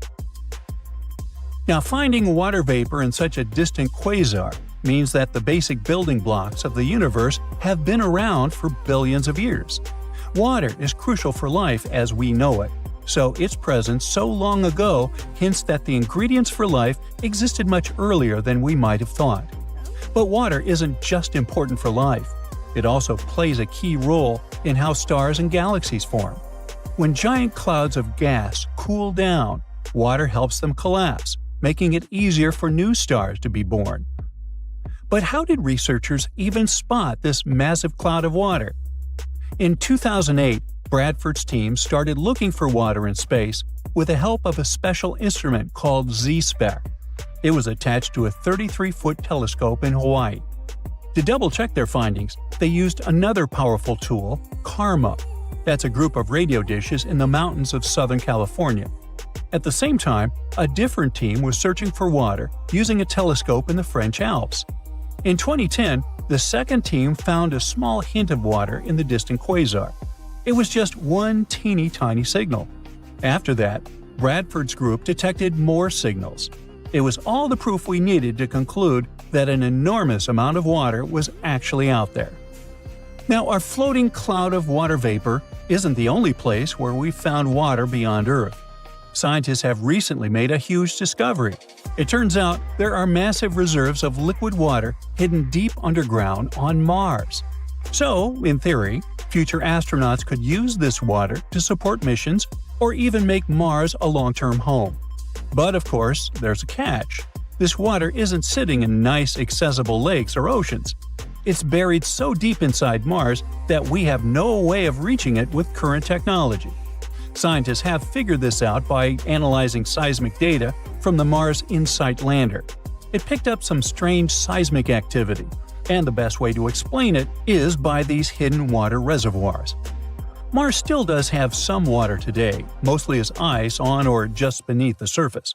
But that's nothing compared to the massive amounts of water the planet had billions of years ago. The big mystery is, where did all that water go? Scientists think it could have either escaped into space or moved into the planet's interior, where it might now be trapped as liquid reservoirs or ice deposits. The problem? We have no way of measuring how much water Mars lost. So for now, that question remains unanswered. Earth's moon has water too, but not in the way you might think. Instead of lakes or rivers, the moon's water is mostly frozen ice, spread out unevenly across the surface. The cold, shadowed poles are especially full of it, since they never get sunlight. A lot of this ice is also mixed in with lunar soil and buried deep underground, making it super tricky to get to. Then there's Enceladus, one of Saturn's moons. It's tiny, just 314 miles across. It's small enough to fit inside Arizona. I think we should try that. Anyway, when NASA's Cassini space probe arrived at Saturn, scientists expected Enceladus to be a barren, frozen world. But instead, they saw huge plumes of icy particles and water vapor erupting from geysers near the South Pole. That meant there had to be a massive ocean hiding beneath its icy shell, sandwiched between the moon's rocky core and the frozen surface. The fact that this ocean is active and constantly sending material into space makes Enceladus a top candidate for future exploration. We also have Europa. one of Jupiter's moons, and one of the most promising places to search for alien life. Europa has a gigantic saltwater ocean that could be 40 to 100 miles deep. This means it might hold more water than all of Earth's oceans combined. But there's a big obstacle. This ocean is hidden under a thick ice shell, which scientists think is 10 to 20 miles deep. Europa's ocean stays liquid because of tidal forces from Jupiter's gravity. The planet's massive pull stretches and squeezes the moon, creating friction, which heats up the interior, stopping the ocean from freezing solid. And the most exciting part is that scientists think water plumes might be erupting from cracks in Europa's ice, shooting ocean water into space. Now, if that's true, we could potentially sample the ocean without having to drill through miles of ice. But there are still a lot of unknowns. How big are Europa's water reservoirs? How quickly do they refreeze? And how does the intense temperature and pressure affect the ice?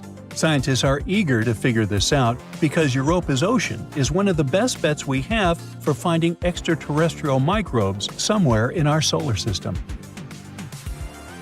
You're standing next to a huge floor-to-ceiling window of the spaceship/wandering city you've been calling your home for a dozen years, along with a few hundred other people.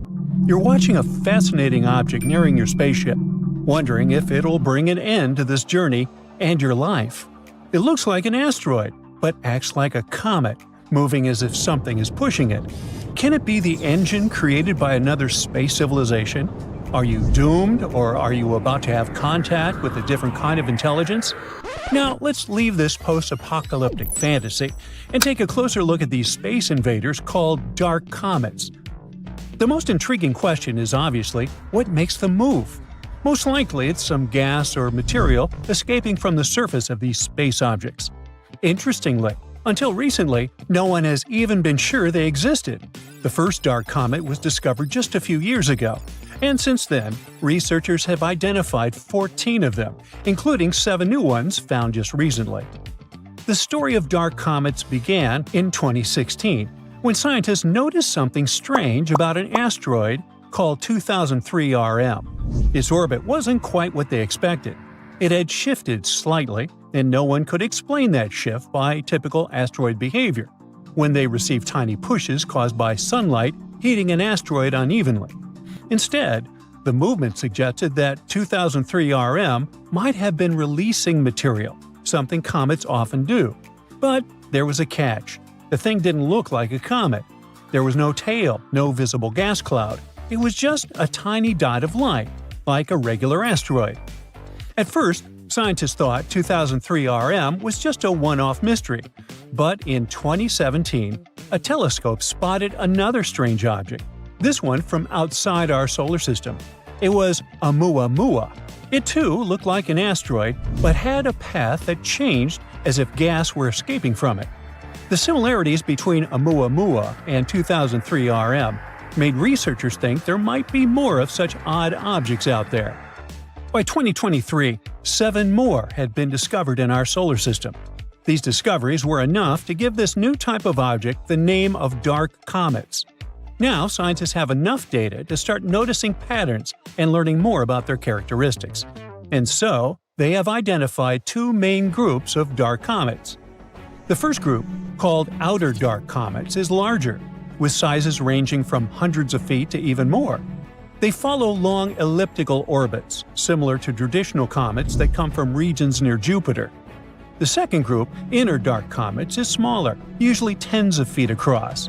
These comets move in almost circular orbits and stay closer to the Sun, near planets like Earth, Venus, and Mars. The main question these days is, where do dark comets come from? Can they be the remnants of larger bodies that broke apart? These space bodies could help us understand the history of the solar system. What if they had delivered the ingredients for life to early Earth? Once we study dark comets better, we might figure out if they contain materials like ice or organic compounds. And indeed, some researchers are sure that dark comets may contain or once have contained ice and played a big role in bringing water to Earth. According to a couple of studies, some asteroids in the asteroid belt, a region between Mars and Jupiter filled with rocky debris, might have ice beneath their surfaces. and this ice from the asteroid belt could have traveled into near-Earth space. In other words, it could be a pathway for water to reach our planet. So far, no one is saying that dark comets definitely brought water to Earth, but they might be another mechanism for moving ice from one part of the solar system to another. The study also hints at a connection between dark comets and a group known as Jupiter family comets. These are comets whose orbits are strongly influenced by the gravity of Jupiter, often pulling them inward toward the Sun. This connection makes it even more difficult to understand where dark comets come from and how they behave. Now, let's take a closer look at the differences between asteroids and comets. Traditional asteroids are rocky bodies that orbit relatively close to the Sun, typically within the ice line. This region is so close to the Sun that any ice on an asteroid surface would turn directly from a solid into a gas, leaving behind only rock. Comets, in turn, are icy bodies that form farther from the Sun.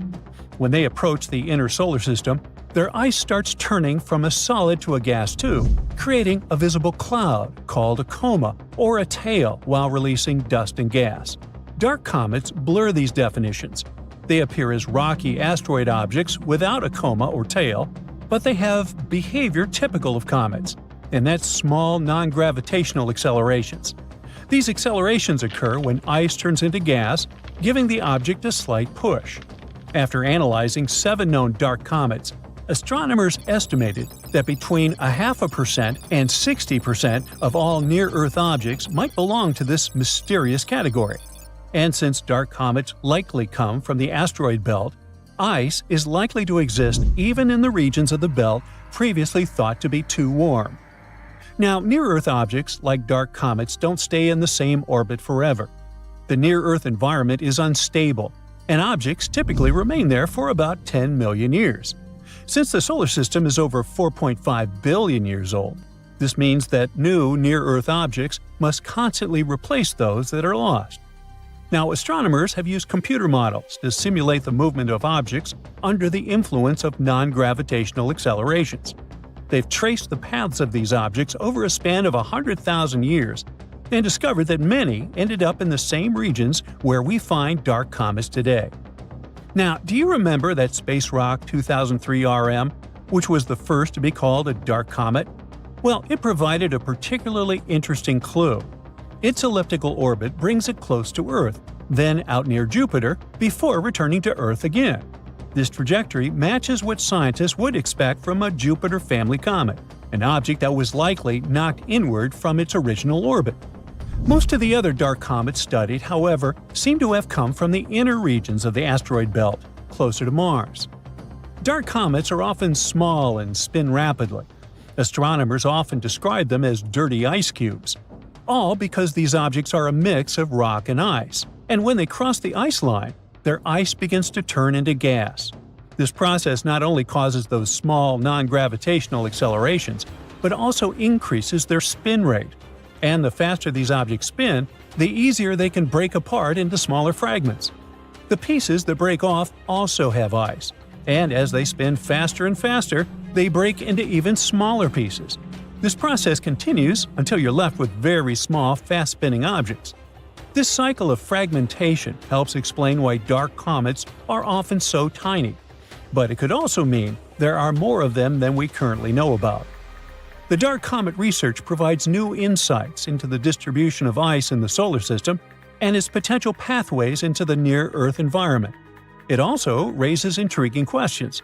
For example, how much ice remains hidden in the asteroid belt? Or could dark comets have played a role in delivering water or organic materials to Earth? One of the most important points is that dark comets may represent a significant part of near-Earth objects. If it turns out to be true, it could mean that our understanding of the population of near-Earth objects and their potential risks for our planet is far from complete. The processes shaping dark comets, from sublimation to fragmentation, could be a major factor in the evolution of icy bodies throughout the solar system. Luckily, these days, scientists have an opportunity to combine advanced modeling with observations, which can eventually shed light on that very elusive class of objects that could have clues to the history of water and life on Earth. There's something happening inside the moon, something that nobody expected. Not a dramatic shift you'd see on the outside, but deep down, where things seem frozen in time, scientists have uncovered a hidden layer of what you could only call moon goo. Remember those school lessons about the crust, mantle, and core? Much like the Earth, the moon is made up of layers: a crust, mantle, and core. However, the moon's core is much smaller compared to ours. Earth's core is huge. It makes up about a third of our entire planet's mass. The moon's core makes up only about 1 to 2% of its mass, and its diameter is about 1/5 the diameter of the moon itself. It's surrounded by a hard, rocky mantle. But it turns out that between these two layers, that mysterious goo layer, and it's way more important than you might think. The layer is soft and partially molten, ebbing and flowing like the tides in our oceans. It rises and falls, stretching and shifting as if it were alive. Its movement isn't chaotic, but subtle and regular. We always knew that the moon influences our seas and oceans, causing tides with its gravity. But it turns out that we influence it back. The goo ocean reacts to the gravitational dance between Earth and the Sun. Also, the molten layer could be made of ilmenite, a very intriguing material. Ilmenite is rich in titanium, a strong and lightweight metal that we really love over here on Earth. Titanium is used in everything from airplane parts and spacecraft to medical devices, even in everyday items like bikes and laptops, all because it's incredibly strong and very resistant to corrosion and heat. So, if the moon might have a molten layer rich in ilmenite, that would be awesome.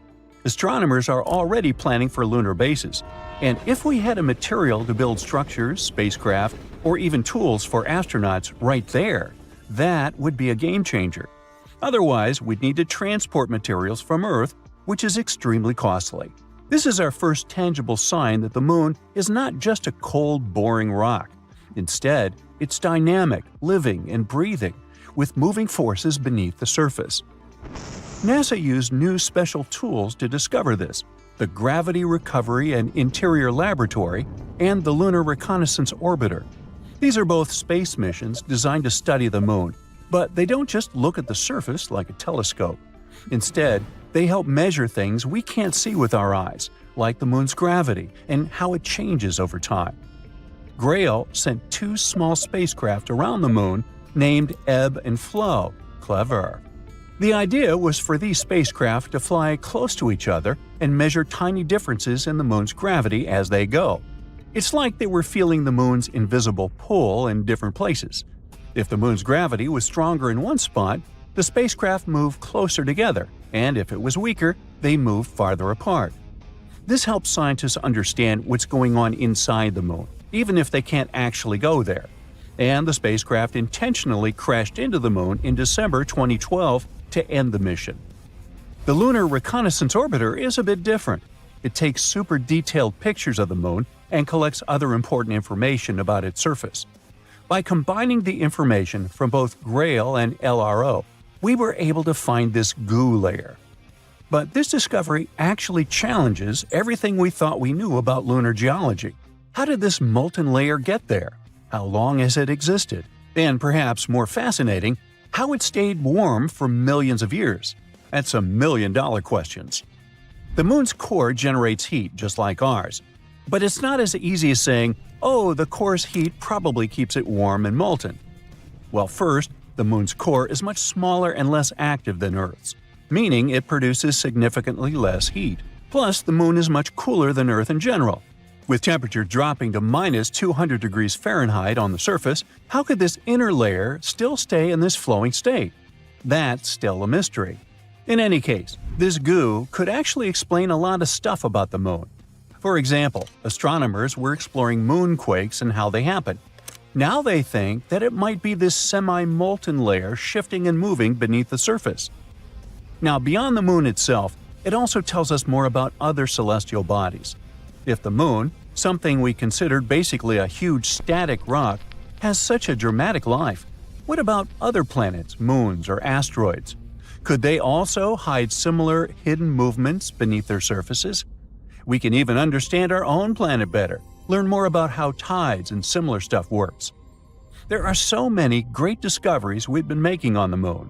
Recently, we found some awesome stuff beneath the surface – massive caves hidden for millions of years. For over 50 years, scientists have suspected that the moon's surface is full of underground tunnels and caves. These are known as lava tubes because they were formed by lava. Duh! Millions of years ago, the moon was pretty unstable. It underwent some volcanic activity, causing eruptions. When a volcano erupts, lava can flow across the surface. As the outer layer of the lava cools and hardens, it forms a solid roof of dark material. It's actually what these famous dark spots on the moon are. These are dark, hardened remains of ancient lava. But the hot, molten lava continues to flow through the center. Once the eruption ends and the lava drains away, what's left behind is an empty hollow tunnel, hence a lava tube. On Earth, we have lava tubes in places like Hawaii or Iceland, where volcanic activity has created similar underground tunnels. The same thing happened on the moon billions of years ago, although they're much crazier compared to ours. In fact, lunar lava tubes are now thought to be some of the largest and longest in the entire solar system. One such cave was discovered beneath the famous Mare Tranquilitas, the place where Apollo 11 first landed, and it's at least 340 feet deep. Now, all these lava systems have remained hidden just beneath the surface, untouched for millions of years. Only now, they finally managed to prove their existence. Scientists from the University of Trento in Italy found them using special radar technology and advanced computer methods. These techniques let you see underground by sending radar waves. The waves bounce back and give clues about what's hidden underneath. By analyzing the way these waves reflected back, the researchers could detect the shape and size of the hidden caves. Now, the best thing about this discovery is that we could build all our bases there. These caves protect from radiation, harsh winds, and meteoroids. NASA even found evidence that some of these caves stay at a steady 63 degrees Fahrenheit. That's some crazy coziness for the moon. And on top of that, there could even be some water there. So humans could take shelter inside these natural tunnels and build entire colonies on the moon. And I know what you're thinking. Could unexpected lunar monsters hide deep in those caves? Well, sure. There's a huge potential for exploring these caves and finding some awesome stuff. But even if we manage to find a miracle, like small life or microbial organisms, there's a 99% chance that there won't be actual animals or monsters. It would just be impossible for them to develop in such conditions. But it would make a great horror movie. Researchers want to send robots or drones to explore the tunnels first, and then see if they're safe enough for humans.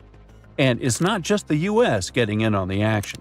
China is also investigating the possibility of using these moon caves as a future base, showing that the race to explore and settle the moon is heating up. Now look at this fancy granite kitchen countertop. This one can also be available on the moon. I mean, there's no production whatsoever as of now, but there's enough raw materials for the kitchen of your dreams. And by the way, granite on the moon can even prove this dark horse had plenty of water at some point. So it all started when scientists found this weird blob of heat on the far side of the moon. It's all because of a massive chunk of granite that's buried underground. Apparently, granite is pretty rare outside of Earth, so this is a big deal. According to the researchers, there's this old volcano on the moon that hasn't erupted in like 3.5 billion years. But it turns out it's still giving off some serious radiation. The scientists used a fancy new method with microwaves to measure the temperature below the moon's surface.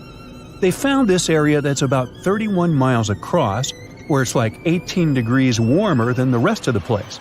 And it's right under a spot that collapsed and is full of silicon. It's not as thriving as Silicon Valley back on Earth, it's just a volcanic crater, but without all the lava spewing out. The scientists even compared it to those granite rocks you see in Yosemite, like El Capitan and Half Dome. You know, those giant rocks that look super majestic? Well, apparently, they're made of the same stuff. Researchers claim that granite is super common on Earth, but not anywhere else in our solar system. So this could change everything we know about other rocky planets. Right, Now we know there's granite on the moon, but why is that important to us? So, you know how granite forms on Earth? It's all thanks to water and plate tectonics teaming up to create these huge blobs of melted rock beneath the surface. But guess what? The moon doesn't have any of that action going on, which makes granite super rare up there. But this discovery could give us some clues about what the moon was like back in the day when it had volcanic activity. Without water, making granite becomes a real challenge. But somehow, someway, they found granite on the moon. No water, no plate tectonics, but still, we got granite. So what does that mean? Did the moon have water in this one spot? Or was it just ridiculously hot? I guess we'll need to give a tad more time for the scientists to figure it out. The water on the moon is an issue, though. Duh. As of now, the moon is bigger than the Sahara Desert, but somehow 100 times drier. Astronomers have been debating for ages whether there's any water on this celestial neighbor of ours. But in 2020, NASA's SOFIA mission finally confirmed that there is indeed water on the sunlit part of the lunar surface. Turns out those grains of lunar dust have little molecules of H2O hanging out on them.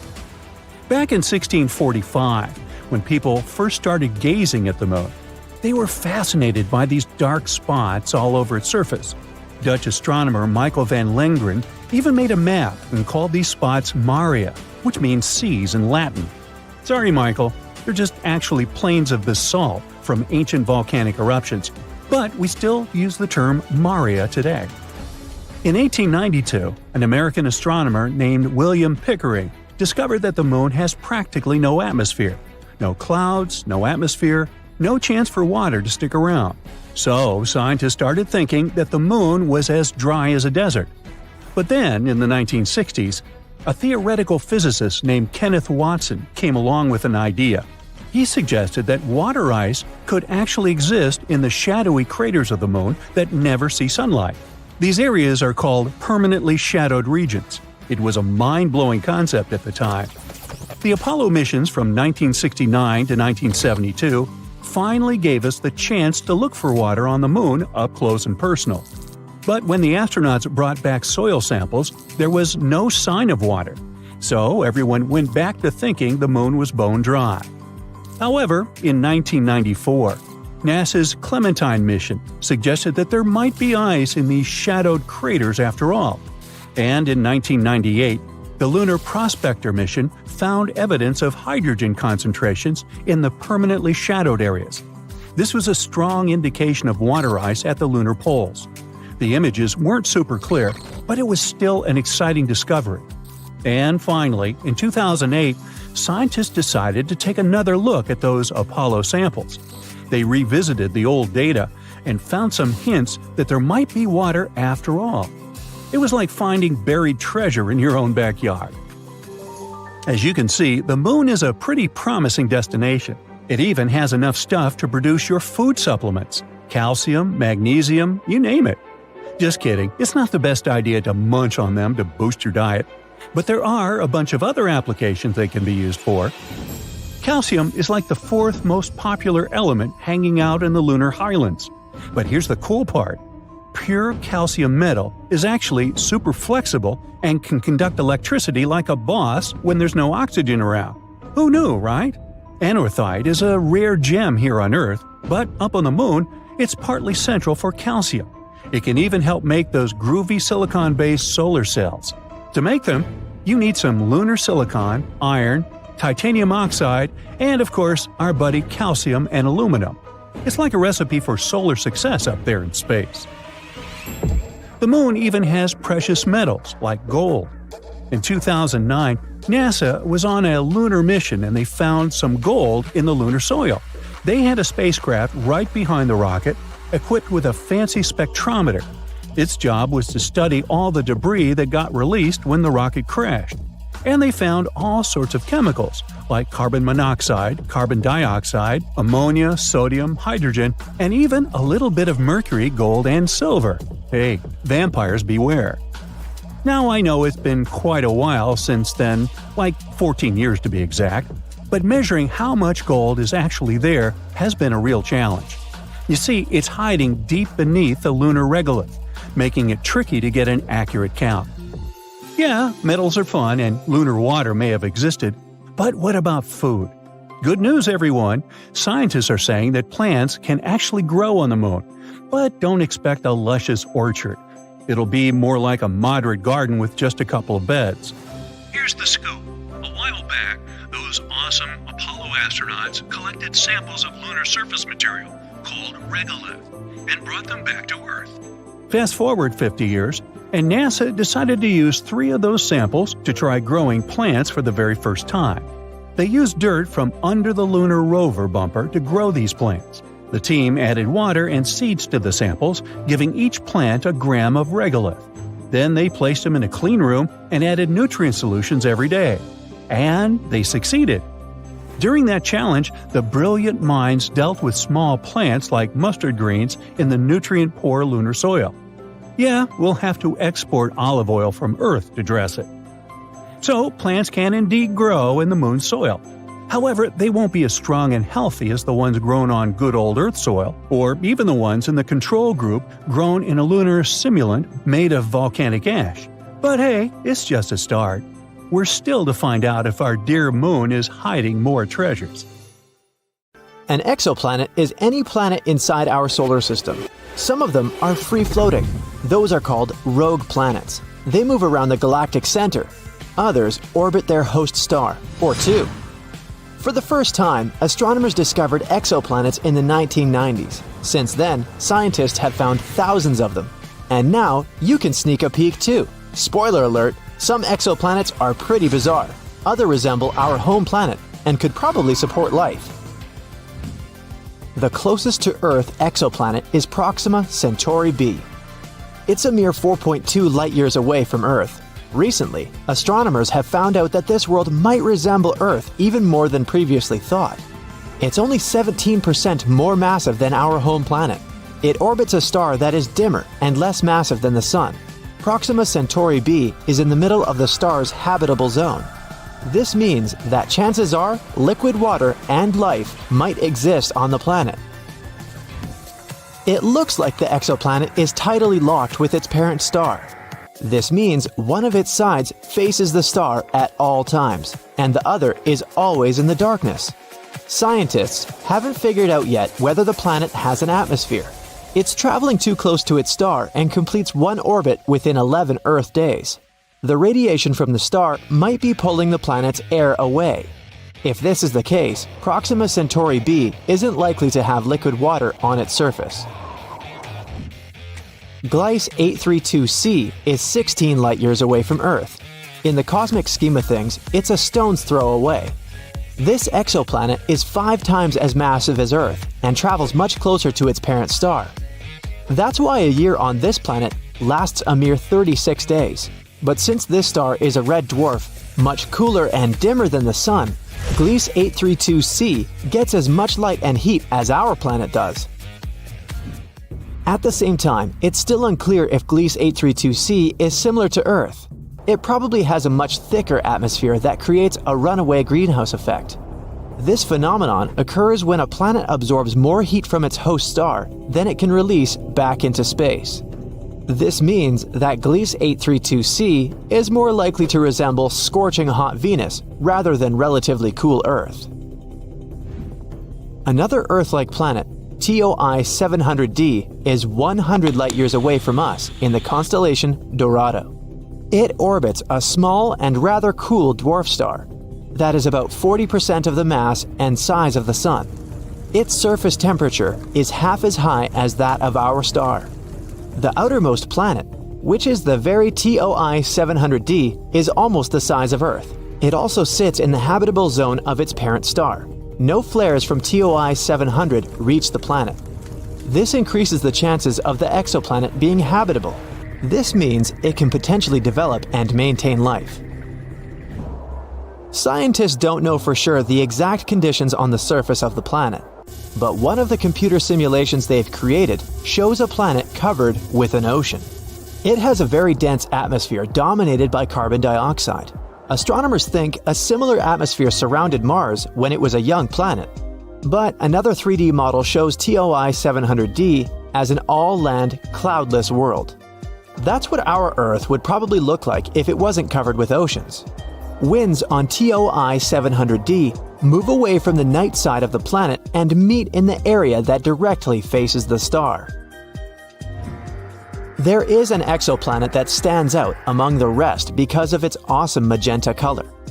You can find this world in the Virgo constellation. The planet is called Gliese 504b. The distance between this planet and its parent star is 9 times the distance between the Sun and Jupiter. The planet formed relatively recently and is still glowing with heat. That's why its surface looks pinkish. Just 20 light-years away from the Sun, which isn't such a great distance when we talk about space, a bizarre rogue planet is roaming our home Milky Way galaxy. But even though this planet doesn't orbit any star, it still has an incredibly powerful magnetic field. It's 4 million times stronger than Earth's magnetic field. The exoplanet also produces amazing auroras. When it was discovered in 2016, astronomers were almost sure they had detected a brown dwarf, which is an object too large to be a planet and too small to be a star. But later, scientists received proof that the space object wasn't big enough to be a brown dwarf. The planet sure is a mammoth among its peers. It's 1.2 times as wide as the largest planet of the solar system, Jupiter, and more than 12 times as heavy. Astronomers think the exceptional strong magnetic field helps the planet produce the auroras. But the most curious thing is that they're generated in a different way than auroras on Earth. It might be because the exoplanet's moon helps the planet create these light shows. If you traveled 20,000 light-years away from Earth, you'd come close to a red dwarf in the Sagittarius constellation. Such stars are very cool and small. Quite far away from this cold star, there's a planet. The distance between this world and its host star is so great that the planet receives very little heat. It's one of the coldest planets ever detected. The average surface temperature on the planet is lower than -360 degrees Fahrenheit. That's why the entire planet is covered with a thick layer of ice. If you stepped onto its surface, you'd see nothing but glaciers, plains, and mountains of ice. And still, astronomers claim life might exist deep beneath the frozen surface. All because the core of the planet is likely to generate enough heat to melt some of its inner ice. In this case, there would be an enormous subsurface ocean, maybe even swarming with bizarre life forms on the planet. One of the oldest exoplanets we know about is PCR B162026b. It's about 12.7 billion years old. It's almost 3 times as old as Earth, which appeared 4.5 billion years ago. This also means that the Genesis planet formed only about 1 billion years after the Big Bang.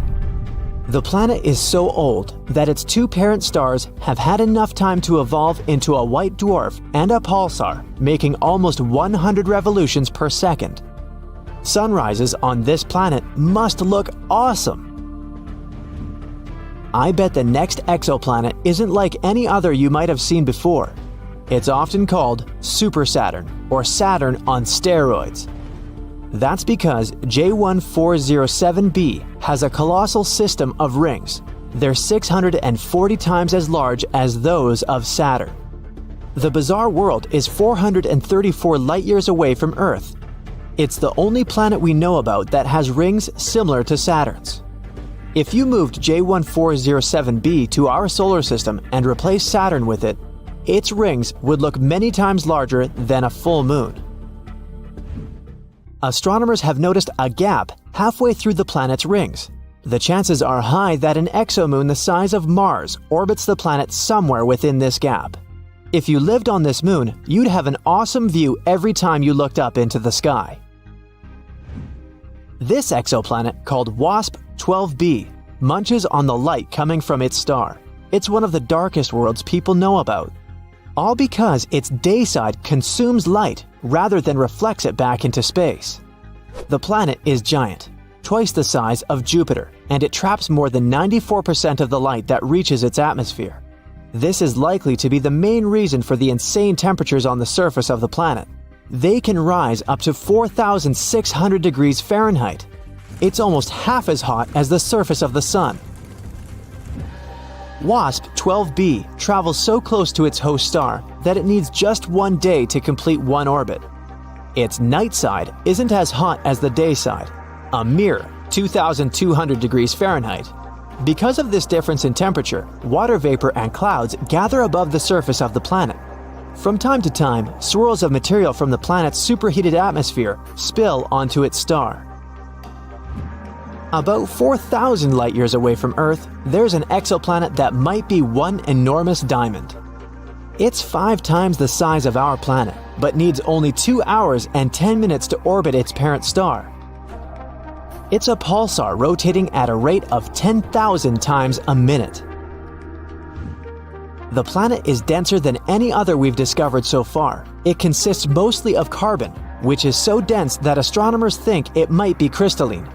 If it was true, it could mean that at least some part of the planet is diamond. On WASP 76b, it rains iron on the night side of the planet, and the temperature on the daytime side rises up to 4,300 degrees Fahrenheit. That's hot enough to vaporize most metals. This exoplanet is a bit smaller than Jupiter and located 640 light-years away from Earth. Such terrifying weather conditions in this world are caused by its unusual orbit. The distance between WASP 76b and its parent star is 10 times shorter than the distance between Mercury and the Sun. That's why the star and the huge planet are tidally locked. One side of WASP 76b always faces the star, and the other side is always pitch black. This bright blue exoplanet sits 62 years away from Earth. A bit larger than Jupiter, it looks calm and peaceful. Its blue color might remind you of our home planet. But this familiar appearance conceals the planet's horrifying nature. The beautiful hue comes from silicate atoms and particles that make up the atmosphere. But the wind speed on the planet can reach 5,400 miles per hour. That's 7 times the speed of sound. The temperature there can rise up to 1,600 degrees Fahrenheit. But this isn't the worst. In this bizarre world, it rains glass, sideways. So it's probably not the place where you'd like to spend your vacation. It's been decades since the last manned moon landing, Apollo 17, which happened in December 1972. Isn't it time we thought about going back to our dusty satellite, and maybe even staying there? NASA has made a promise on this subject. They're preparing to send astronauts on the moon again, perhaps by 2025. This will all happen through a program called Artemis. It's also going to include the first woman ever to experience the lunar surface. Now you might ask, why haven't we done this already? One former NASA administrator said something interesting on the subject. It's not because of scientific or technological issues. Problem was that the potential projects took too long and were just too costly. You see, space travel, especially when it involves humans, isn't easy on the pockets. It's true that, in recent years, NASA had budgets of billions of dollars. Sure sounds like enough money, right? Well, not when you check out their to-do list. That's because they have to consider everything. From telescopes and giant rocket projects to missions also targeting the Sun, Jupiter, Mars, and beyond. When you look at it this way, NASA needs to be very good at budgeting to achieve all those goals. It's not just because of finances, though. The moon itself is quite problematic. It poses real dangers that cannot be taken lightly. For starters, its surface is filled with craters and boulders that aren't easy to land on. Then, there is the moon dust, or regolith, if you'd like to call it by its scientific name. It was created over many years by meteorite impacts. It's extremely harsh and sticks to everything. It can potentially damage spacesuits, vehicles, and systems quite quickly. Also, dealing with the lunar habitat isn't a walk in the park either. The moon has no protective atmosphere. What this means is that for 14 days at a time, the lunar surface is faced with harsh rays from the sun. That period is followed by another 2 weeks of total darkness. All these changes create extreme temperatures, which us humans are not really accustomed to. There are solutions, don't worry. NASA is working on dust and sun-resistant spacesuits and vehicles. They're even developing a system that might supply electricity during those lunar nights. What's even more interesting about this system is it could come in handy on Mars too, once we get there. NASA also needs to draw in really smart people for its projects. Think about it. The average age of the people working for the mission control for Apollo 13 was just 26 years old. And these people had already been part of numerous missions by that time, which means they'd had considerable experience from a very young age. But here's where other individuals can help too. In recent years, it wasn't just NASA who's been working tirelessly to revolutionize space travel. There are many successful people out there with enough resources to join in on these efforts. Some are developing new types of rockets that can land on the moon too. In total, NASA landed 12 people on our satellite. It's definitely one of the most awesome moments in its history, if not the best. And those astronauts did amazing things up there. They brought back rocks, took snapshots, did science experiments, and even left flags behind. These were all important moments of the Apollo missions. But they weren't meant to create a safe place for humans on the moon. Scientists have had this idea of a lunar space station for a long time now. It's only logical. After all, it's just a 3-day trip from Earth. It means we can, technically, afford to make little mistakes here and there, without messing up the whole project. Plus, we'd learn so much before venturing even further into space. A moon base could provide fuel for deep space missions. We could also build telescopes up there and launch them way easier in space. It could also help us in another important project: figure out how to make Mars habitable too. Not to mention, a lunar space station would help us learn more about the moon's origin. Who knows, it could even bring in some money because of all that fun, exciting lunar tourism. Either way, the Apollo moon program took a lot of work. For starters, let's look at the sheer number of people involved. Around 400,000, from every corner of the states. Not everything was picture perfect, tough. There were two main unfortunate events. Firstly, a fire mishap at the launch pad of Apollo 1.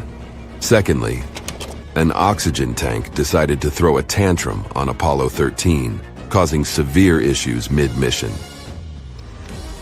An important part of the project was Saturn V.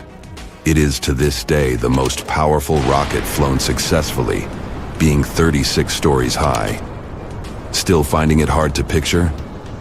This rocket stood twice as tall as Niagara Falls. Thanks to Saturn V, NASA successfully completed 13 missions. This included chauffeuring 24 astronauts towards the moon, with half of them even having a little walk on its surface. The existing rockets and space shuttles can't go beyond low Earth orbit. In simpler terms, they can't reach the moon with all the gadgets astronauts need to thrive. Current space vehicles are just not capable of carrying that load, at least not since the Apollo missions happened. Regardless, we did make a lot of progress on Earth and are ready to send astronauts to our satellite pretty soon. Here's where the Artemis project comes in. It's a program overseen by NASA. And to make sure it all goes well, NASA previously launched Orion, a spacecraft with no crew on board to orbit the moon and return to Earth. Think of it as an automated test drive. Before we actually send people out there again, we need to make sure all the devices work properly. One day, Orion will be the vehicle that will take astronauts to the moon again. It features a launch abort system to keep astronauts safe in case something bad happens during launch. It also has a service module, which is the powerhouse that fuels and propels Orion and keeps astronauts alive with water, oxygen, power, and temperature control. All these future projects make one wonder, what will life on the moon be like anyway? We can only use our imagination for now. Some say we'll be living in homes straight out of a fairy tale, something like a cozy hobbit hole. Living underground on the moon might be a must. That's due to the scorching temperatures and the lack of oxygen. If you add meteorite threats and the non-stop radiation, it's no wonder we can't just walk on its surface. What about transportation? Big and small companies alike are trying to create the ideal moon ride. If current estimations are current, one type of moon taxi will take off as soon as 2024. Unlike our current rockets, these space taxis won't have to deal with the harsh conditions of re-entering Earth's atmosphere. It will be easier for them to make multiple round trips. To support our lunar living, we'll need to have a special area for space taxis to safely take off and land. Think of it as a landing pad on a firm, flat stretch of moon surface, protected by walls to shield against moon dust. Moving around on the moon's surface will be made easier too. The next generation vehicles we're talking about will have their own controlled environment, which means you won't need a spacesuit while inside. Should feel like stepping out of your space ride for a bit. Then of course, you'll need to put on your spacesuit. All right. So we've got our homes and our rides sorted. But what about fuel? That's where the moon throws us a lifeline. The moon's lighter gravity means we don't need as much power to escape its pull. Plus, the moon has ice, and that's super handy. We might be able to convert this ice into rocket fuel. We'll need dedicated space gadgets to help gather this ice. One such tool is called Trident. It's like a drill, perfect for digging into the icy moon surface. Additional robotic helpers would then turn this ice into fuel and deliver it to a space gas station. If this works, rockets on their way to Mars could stop by for a quick fuel top-up before continuing their journey. So, Mars has several faces. No, really. Back in 1976, when the Viking 1 orbiter was checking out the red planet, it spotted something interesting, a big structure that looked like a human face. It was in the region called Cydonia. It soon became very popular. A bit later, we also discovered the so-called crown face in Libya Montes. Mars in general has a lot of strange structures on it. In 2022, we spotted a door-like structure there. NASA's Curiosity rover snapped some pictures of a rocky mound called East Cliffs on Mount Sharp. This mound has natural cracks in it, and one of them is about the size of a dog door, like something from an ancient Egyptian tomb. A lot of people hyped that story up. The image was shared widely on social media, making the crack look bigger than it really is. Some people think that it's hinting at extraterrestrial life. But after looking closely, NASA found out that it was just a narrow crack in the rocky terrain. These cracks and gaps are pretty normal in rocky areas, both on Earth and Mars. The crack formed naturally over time, maybe from wind erosion or Mars quakes. Mars is a gold mine of mysterious structures. Recently, we found some strange spiral shapes there. These are giant coils made of lava, and they look like big springs or loops. For years, we weren't sure whether Martian valleys were formed by lava or ice. These lava coils are shedding light on that mystery. Now, thanks to high-resolution images from NASA's Mars Reconnaissance Orbiter, researchers have spotted 269 lava spirals that can't be explained by ice-related activities. What's fascinating is these lava coils are like the ones we see on Earth, like those formed by Hawaiian lava flows. These spirals are so well preserved that they were easily overlooked before. They range from 16 to almost 100 feet wide and are subtle, blending into the dusty Martian landscape. These coils can teach us a lot about Mars's composition, especially its crust and mantle. We still don't know much about those. But Mars isn't the only planet with strange structures on it. For example, Saturn, the gas giant of our solar system, has a fascinating feature at its north pole, a huge hexagon. This is a hexagon-shaped cloud pattern. that's about 9,000 miles long, making it larger than the diameter of Earth, is thought to be a jet stream made of gases moving very fast at about 200 miles per hour. This hexagon was first spotted by the Voyager mission in the 80s, and later seen up close by the Cassini mission in 2006. The Cassini mission noticed a change in its color from blue to golden over time. There are different ideas about why Saturn has this thing. One theory suggests it forms because of the way winds move at different speeds near Saturn's poles. Similar shapes were created in lab experiments when liquids were rotated at different speeds. Another idea suggests that a slow spinning stream of air, along with Saturn's special weather patterns, might be responsible. In 2020, we found that when storms are surrounded by winds swirling in the opposite direction, they can create a steady hexagon shape. So far, this is the most likely explanation. Saturn also got lucky with the bizarre moons. One of them is called Lapidus. This moon has a weird feature, a huge ridge that wraps around its middle like a giant belt. This basically makes it look like a giant walnut. Where's my nutcracker? This ridge is incredibly tall by our standards, around 8 up to 12 miles high and stretching 124 miles wide. It covers more than 3/4 of the moon's surface and is considered the third largest mountain range in the entire solar system. Now, we don't have a clue about how this enormous ridge formed. It's unlike anything seen on other planets or moons. There's one idea, though. The ridge might be the remnants of a dead moon. Let's say billions of years ago, a colossal impact shattered chunks of material off Lapidus. These pieces circled around the moon, forming a mini-moon or sub-satellite. And over time, the gravitational pull of Lapidus tore this mini-moon apart, creating a ring of debris around it. As the debris from this ring fell back onto Lapidus, it built up the massive ridge we see today. They think this process happened quickly, maybe over centuries. Saturn's gravity didn't interfere because, luckily, Lapidus was quite far away from it. If Lapidus was closer to Saturn, its moon might have been pulled away. But we do need more simulations to see if this theory is true.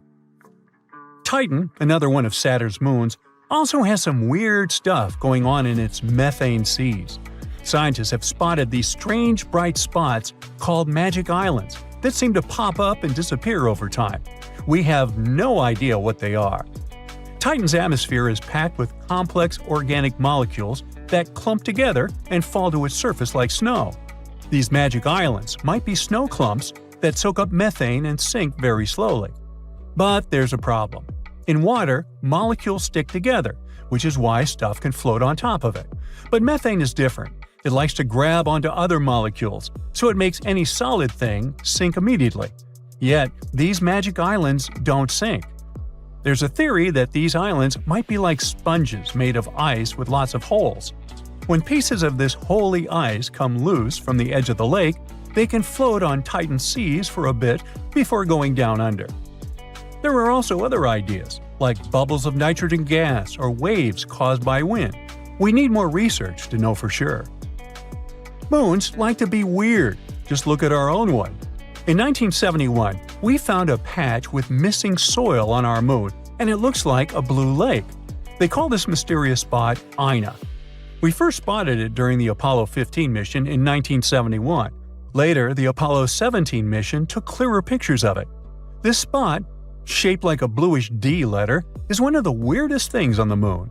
The color comes from special rocks rich in titanium called basalts. These rocks cover Ina's floor and make it look blue. There are also bluish areas near the edges of the mounds inside Ina. Ina is unique and probably has a long history. It might have had volcanic activity, with mounds that are about 3.5 billion years old. It's similar to the surface age of the volcanic field that surrounds Ina. Now, our moon has its own face, just like those on Mars. There's an area near the moon's south pole that looks like a face, but it's just a bunch of craters and shadows that happen to make an image resembling a face when seen from far away. These craters have been there for billions of years and cover about 16% of the moon's surface. Some of these craters might even have water and ice inside of them. You might be wondering why there are so many faces in our solar system. Well, that's because our brains are wired to recognize faces, even when there aren't any. It's a phenomenon called pareidolia. Our brains try to make sense of shapes, so when we see something that looks a bit like a human, our brain turns it into one because it's familiar. Like when you see a shadow figure on a chair with clothes, or even on Mercury. Some people see shapes like Mickey Mouse. So don't worry, it's not extraterrestrial life. It's our brains that play tricks on us, making us see familiar shapes like faces even where they don't really exist. This planet, yeah, the one right here, shouldn't exist, but it does. A newly discovered planet rotates around a star that's much smaller and dimmer than our Sun. The planet, however, is enormous. Such a tiny star couldn't create it, so it's like finding an ostrich egg in a chicken coop. A team at Penn State built a special tool called the Habitable Zone Planet Finder. It's an instrument that's supposed to find planets around dim, cool stars. It's connected to a big telescope in Texas. The tool looks at the light from these stars, which is mostly in the near-infrared, beyond what our eyes can see. This gadget can spot changes in a star's speed caused by a planet. If the star movement slightly changes, that means there must be a gravitational pull nearby. Years ago, this technique helped find the first known exoplanet around a star like our Sun. Today, we've improved this method to make more precise measurements. Our main goal is to find Earth-like planets. They should be rocky and located in habitable zones, areas around stars where liquid water could exist. The Doppler technique isn't that great at finding Earth-like worlds yet, but works well for cool, dim stars. And that's how we discovered the impossible LHS 3154b. Planets usually form in disks made of gas and dust in space. Picture a flat, spinning cloud of tiny particles. These particles come together and stick to each other, creating a flat, rotating disk. Over time, these tiny bits combine to form a solid core. This is the starting point for a planet. Once the core is there, it attracts more dust and even gas like hydrogen and helium. But making a planet this way isn't easy. They need a lot of stuff, mass, and materials. This process is called core accretion. Stars are a huge help in that process. Usually, big stars have more gravity, so they can gather more stuff to form planets. But the star we discovered recently isn't very big. It's 9 times smaller than our Sun. A star this small shouldn't have a big enough disk to make a heavy planet. To do that, its disk should have been at least 10 times bigger. But this heavy planet, LHS 3154b, exists. Now, this mysterious planet is 13 times heavier than our Earth. It's similar in size to Neptune. It's about 50 light-years away from us in the Hercules constellation, which, in space terms, is very close. The planet is also super close to its star, completing 1 year in almost 4 days. This discovery is making scientists rethink their ideas about how planets and stars come into existence. There are new theories coming around. For example, a theory called gravitational instability. It says that, instead of the pieces coming together bit by bit, the material in the disk collapses all at once, directly creating a planet. But even with this theory, it's hard to explain how such a heavy planet could form without a really massive disk. It'll take us some time to figure out the truth. This isn't the first planet that makes us doubt our theories. Recently, scientists found another planet called Hala. This planet is orbiting a star called Baekdu, and just like the previous one, it shouldn't really exist. It's way too close to its star. Stars change a lot during their lives. Normally, when a star becomes big and prepares to leave this world, it's called the red giant stage. A star like that tends to destroy or push away any nearby planets, creating a huge mess. Hala rotates around a red giant, and it should have been swallowed or destroyed by the expanding star a long time ago. But it's still hanging there. Even though Baekdu has already started burning helium and shrunk to a smaller size than expected, Hala isn't bothered in the slightest. Scientists call Hala the Forbidden Planet. Ooh. This discovery challenges what we thought about how planets survive near aging stars. It raises 2 theories. One suggests that Baekdu was once 2 stars, a white dwarf and a red giant. Hala orbited them both, and they merged before the red giant fully expanded. This allowed Hala to survive because the extra helium from the white dwarf prevented the red giant from growing too much. The second theory says that Hala formed from the debris created when the two stars merged. In this scenario, Hala would be a very young planet orbiting an elderly star. Astronomers plan to continue studying Hala and look for more planets like that. Another oddball, besides me, is called LTT 9779b. This one scares us too because it's too shiny. The planet reflects 80% of the light from its star. Regular mirrors reflect from 85 to almost 100% of light, which means that this mysterious planet should look like a rough mirror, with aluminum or silver-like reflections. This is another Neptune-sized planet. It's located 268 light-years from us and was discovered by NASA's TESS spacecraft. It completes a full rotation around its star in just 19 hours. It's so close to its star that it's scorching hot, reaching temperatures over 3,600 degrees Fahrenheit. Normally, planets this close lose their atmosphere and turn into bare rocks. But this one breaks the rules again. Now this time, we know the secret of its survival. It's because of the planet's shiny metallic clouds, which are made of glass and titanium salt.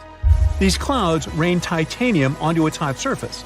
They also reflect a lot of the light, preventing the planet from getting too hot and losing its atmosphere. It's like having a mirror shield. This planet's size also surprised scientists. It's way bigger than Earth. Other planets this close to their stars are either much bigger gas giants or small rocky planets.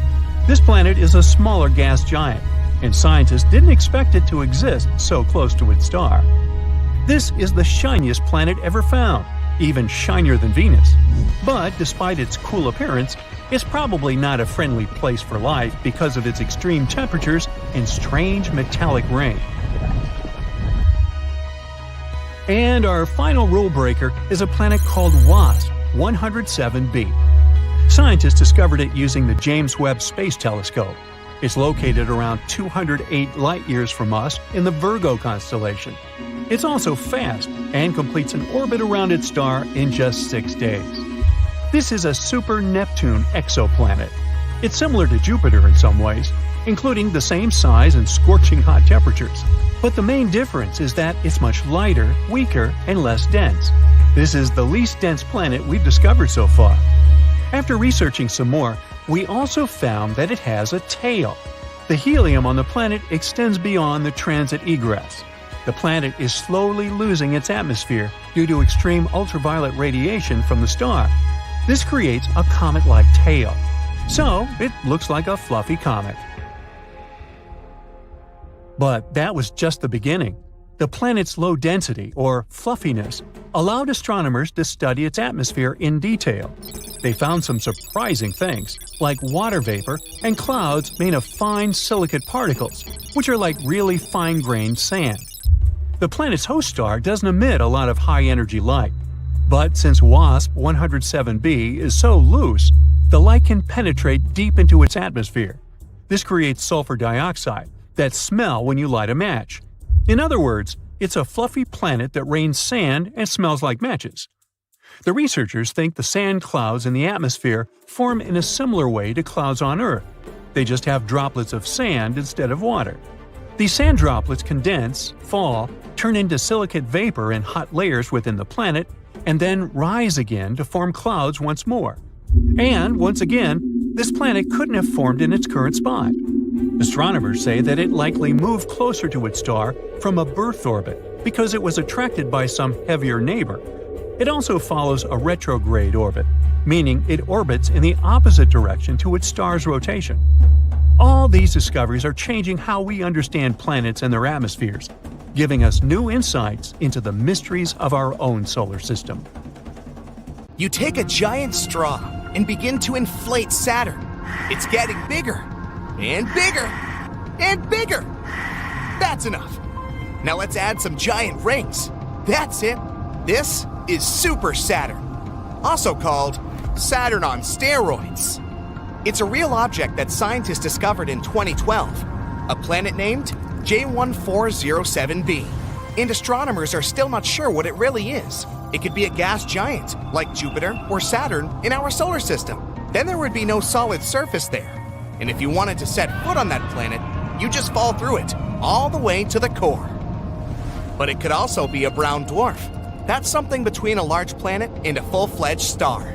Such objects have to be heavy enough to start thermonuclear reactions, like those going on inside stars. But the power of these reactions is too weak for brown dwarfs to glow and emit heat. To imagine the size and weight of J1407b, let's look at our Earth. If you put our planet on a scale, it'll show 6 and another 21 zeros tons. Our planet is also about 7,900 miles across.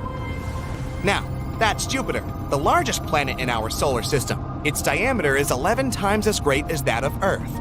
It's also 318 times heavier. If Jupiter were a bucket, you could put 1,321 Earths in it.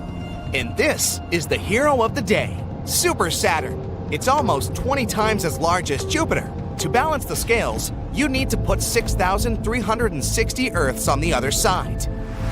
The planet's rings are so wide that if they were in the solar system, they would take up more than half the space between the Sun and Earth. And if Super Saturn switched places with the original Saturn, you'd see those rings with the unaided eye. They would be larger than a full moon. Presumably, these rings appeared in the same way as the ones around our Saturn. One theory says they're the remains of a moon that was once there.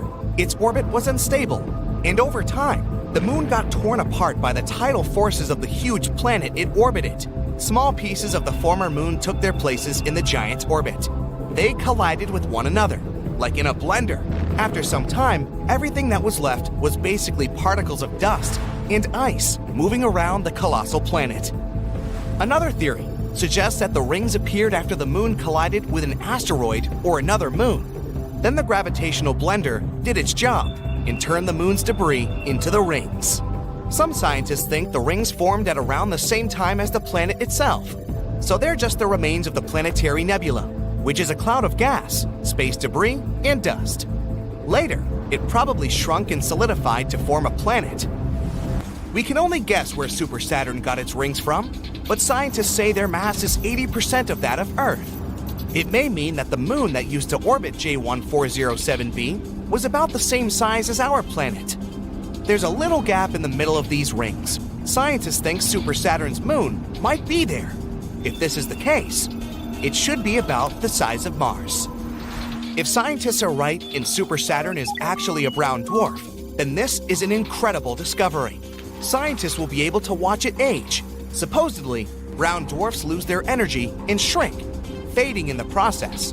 And when a brown dwarf exhausts all its energy, it turns into a black dwarf. It's easy to confuse it with a black hole. People haven't discovered black dwarfs anywhere in the universe yet, because they take trillions and quadrillions of years to form. Our universe is too young, and none of the stars, even those that appeared when the universe was born, have had time to become black dwarfs.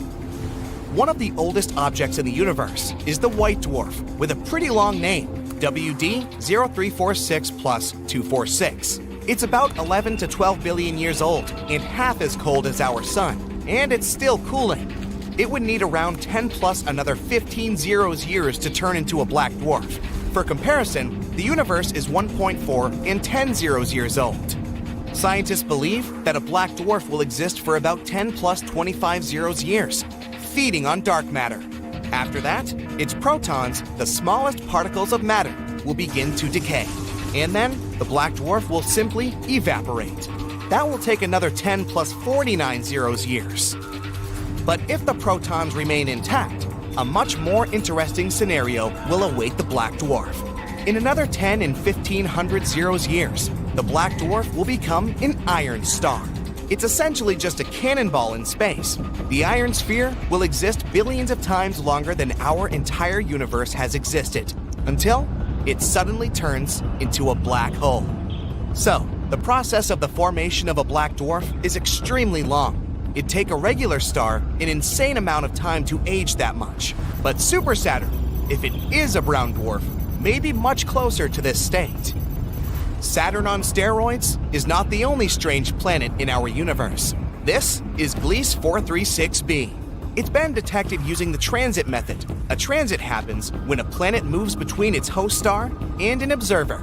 It looks similar to a lunar eclipse. This planet is 4 times the size of Earth and 22 times as heavy. That's almost like Neptune. It's an exotic water world. The water there is solid, but it's not ice. It has a temperature of about 520 degrees Fahrenheit. The water in your pot turns into steam at 212 degrees Fahrenheit. But on Gliese 436b, the liquid remains solid because of the extreme pressure on the planet. Scientists have also discovered that the planet's atmosphere is evaporating into outer space. That's why there's a giant circular cloud around it. It's constantly moving in its orbit, giving the planet a long tail that looks like that of a comet. Cancri E holds incredible riches worth more than all the money on Earth. There are diamonds scattered all over the planet. Cancri E is about twice as wide and 8 times as heavy as Earth. This planet doesn't rotate. Only one of its sides always faces its host star. The surface temperature there is almost twice as high as the temperature of a burning fire. And since the host star is rich in carbon, the planet contains plenty of this element too. The intense pressure and temperatures help turn carbon into graphite and diamonds. Unfortunately, this planet is 40 light years away from our home, so it'd take about 730,000 years to get there on a regular rocket. Another planet rich in gems is HAT P7b. It's about 1,000 light years away from Earth. It's 60% as large and nearly twice as heavy as Jupiter. The planet is so close to its host star that it makes one revolution around it in just 2 Earth days. Because of such close proximity to the star, HAT P7b is almost as hot as a white dwarf. If you look at the night side of this planet, you'll see unusual clouds. Scientists believe that these clouds may be rich in corundum material. This is the very substance that forms rubies and sapphires, so it's likely to rain very expensive and beautiful gems there. WASP 12b is one of the darkest planets ever discovered. Only one of its sides faces its host star. The planet's surface is so dark that it eats up about 94% of all visible light, so it looks a lot like a black hole. The host star heats up the planet so much that the material there continuously evaporates. Then the star's strong gravity pulls this cloud toward itself, forming a disk. But TRES-2b is the champion. It's the darkest planet known to people. It absorbs 99% of the light coming from its star, which means it consumes more light than a piece of coal. 1% of the remaining light looks red as it gets reflected by this gas giant. From afar, this planet looks very evil. One of the oldest planets in the universe is PSR B1620-26b. It's about 12.7 billion years old. This means that it formed about 1 billion years after the Big Bang. The planet is so old that its 2 host stars have had time to evolve. One is a white dwarf. The other is a pulsar that makes almost 100 revolutions per second. Sunrises on this planet must be stunning. Right now, this star system is moving toward a dense cluster of stars. This is likely to lead to a stellar collision, so the fate of this planet is unknown. Kepler 438b is one of the most Earth-like planets. It's only 12% larger and is in the habitable zone of its host star, not too close and not too far away. It's a sweet spot where water doesn't evaporate because of the heat and doesn't turn into ice because of the cold. This planet might host life on its surface. In the future, it may also become a new home for humanity, but it would take people about 470 years to get to this planet, even if we traveled at the speed of light, which is impossible due to the laws of physics. We've discovered Kepler 22b, a small exoplanet in the Cygnus constellation. Seems like nothing important, right? But it's actually a big deal. This is the first planet located in the habitable zone that was found by the Kepler telescope. In other words, there may be water on this planet, and if there's water, there may be life. Kepler 22b can become our new potential home. So let's take a closer look at it. Actually, discovering new planets is not easy at all. Not all of them can be seen through our super cool telescopes, even the almighty Hubble. Sometimes, the stars are so small and dim that it's really hard to find them on a map. The same thing happened with Kepler 22. In such cases, scientists have to use a special method. First, they take a bunch of photos of the star in different periods of time. Then, they look at them and think, Are there any dark dots on this star somewhere? And if they find one, that might be a planet. These photos actually help us to discover some very important stuff. Like, first of all, this planet exists. Secondly, here is its size, radius, and proximity to the star. And finally, will we be able to live there? Now we know that Kepler-22b is very similar to our planet and could potentially become a second Earth. It's also very close to us, only 635 light-years away. Yeah, it's about 3 quadrillion miles, but this is one of the closest options. Kepler-22, the star of Kepler-22b, is a yellow dwarf. It's very, very similar to our Sun. The same size, the same radius, even the age is almost the same, 4 billion years. The difference is only in luminosity. It's about 20% dimmer than the Sun. So, no matter how much you strain your eyes, you won't see this star in the night sky. The planet Kepler-22b is about 2.4 times larger than our Earth, and that's pretty good. More radius means more potential water and space to live. Although going from one city to another would take a while. It's scary to even imagine a 3-day-long plane flight. We don't know the exact mass of this planet, but scientists think it's bigger than Earth's. Actually, the mass of Kepler-22b can be up to 36 times greater than that of our planet. What does it mean? Vigorous gravity. If the planet is 36 times heavier than Earth, then gravity there will be about 6 times stronger. Can you barely lift 20 pounds of potatoes? Try 120. Not to mention that you yourself can become much heavier on that planet. You'll have to get incredibly pumped up just to walk there. You have to literally turn yourself into a bodybuilder just to get to work. The worst thing is that with such gravity, it'd be incredibly difficult for plants to survive there. They'd need at least a little freedom to rise up from the ground. And animals. Our dogs and cats would have to turn into little balls of muscle to survive there. But if this planet has its own animals or other inhabitants, we can roughly imagine what they may look like. They probably have a lot of legs to make moving easier.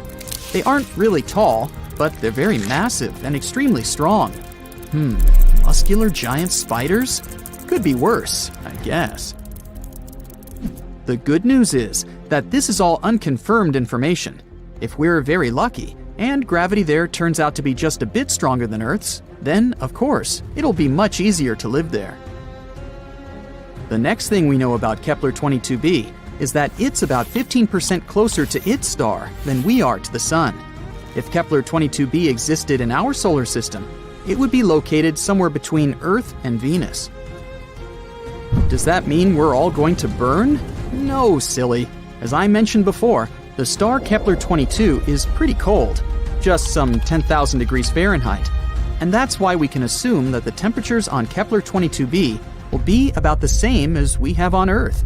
If the planet orbits its star the same way Earth orbits the Sun, which we don't actually know, Kepler-22b can rotate around its star on its side, like, for example, Uranus. What? Didn't you know Uranus is actually lying on its side? Also, look at its rings. Yes, Uranus also has rings, like Saturn, but they're vertical. The universe is truly a mysterious place.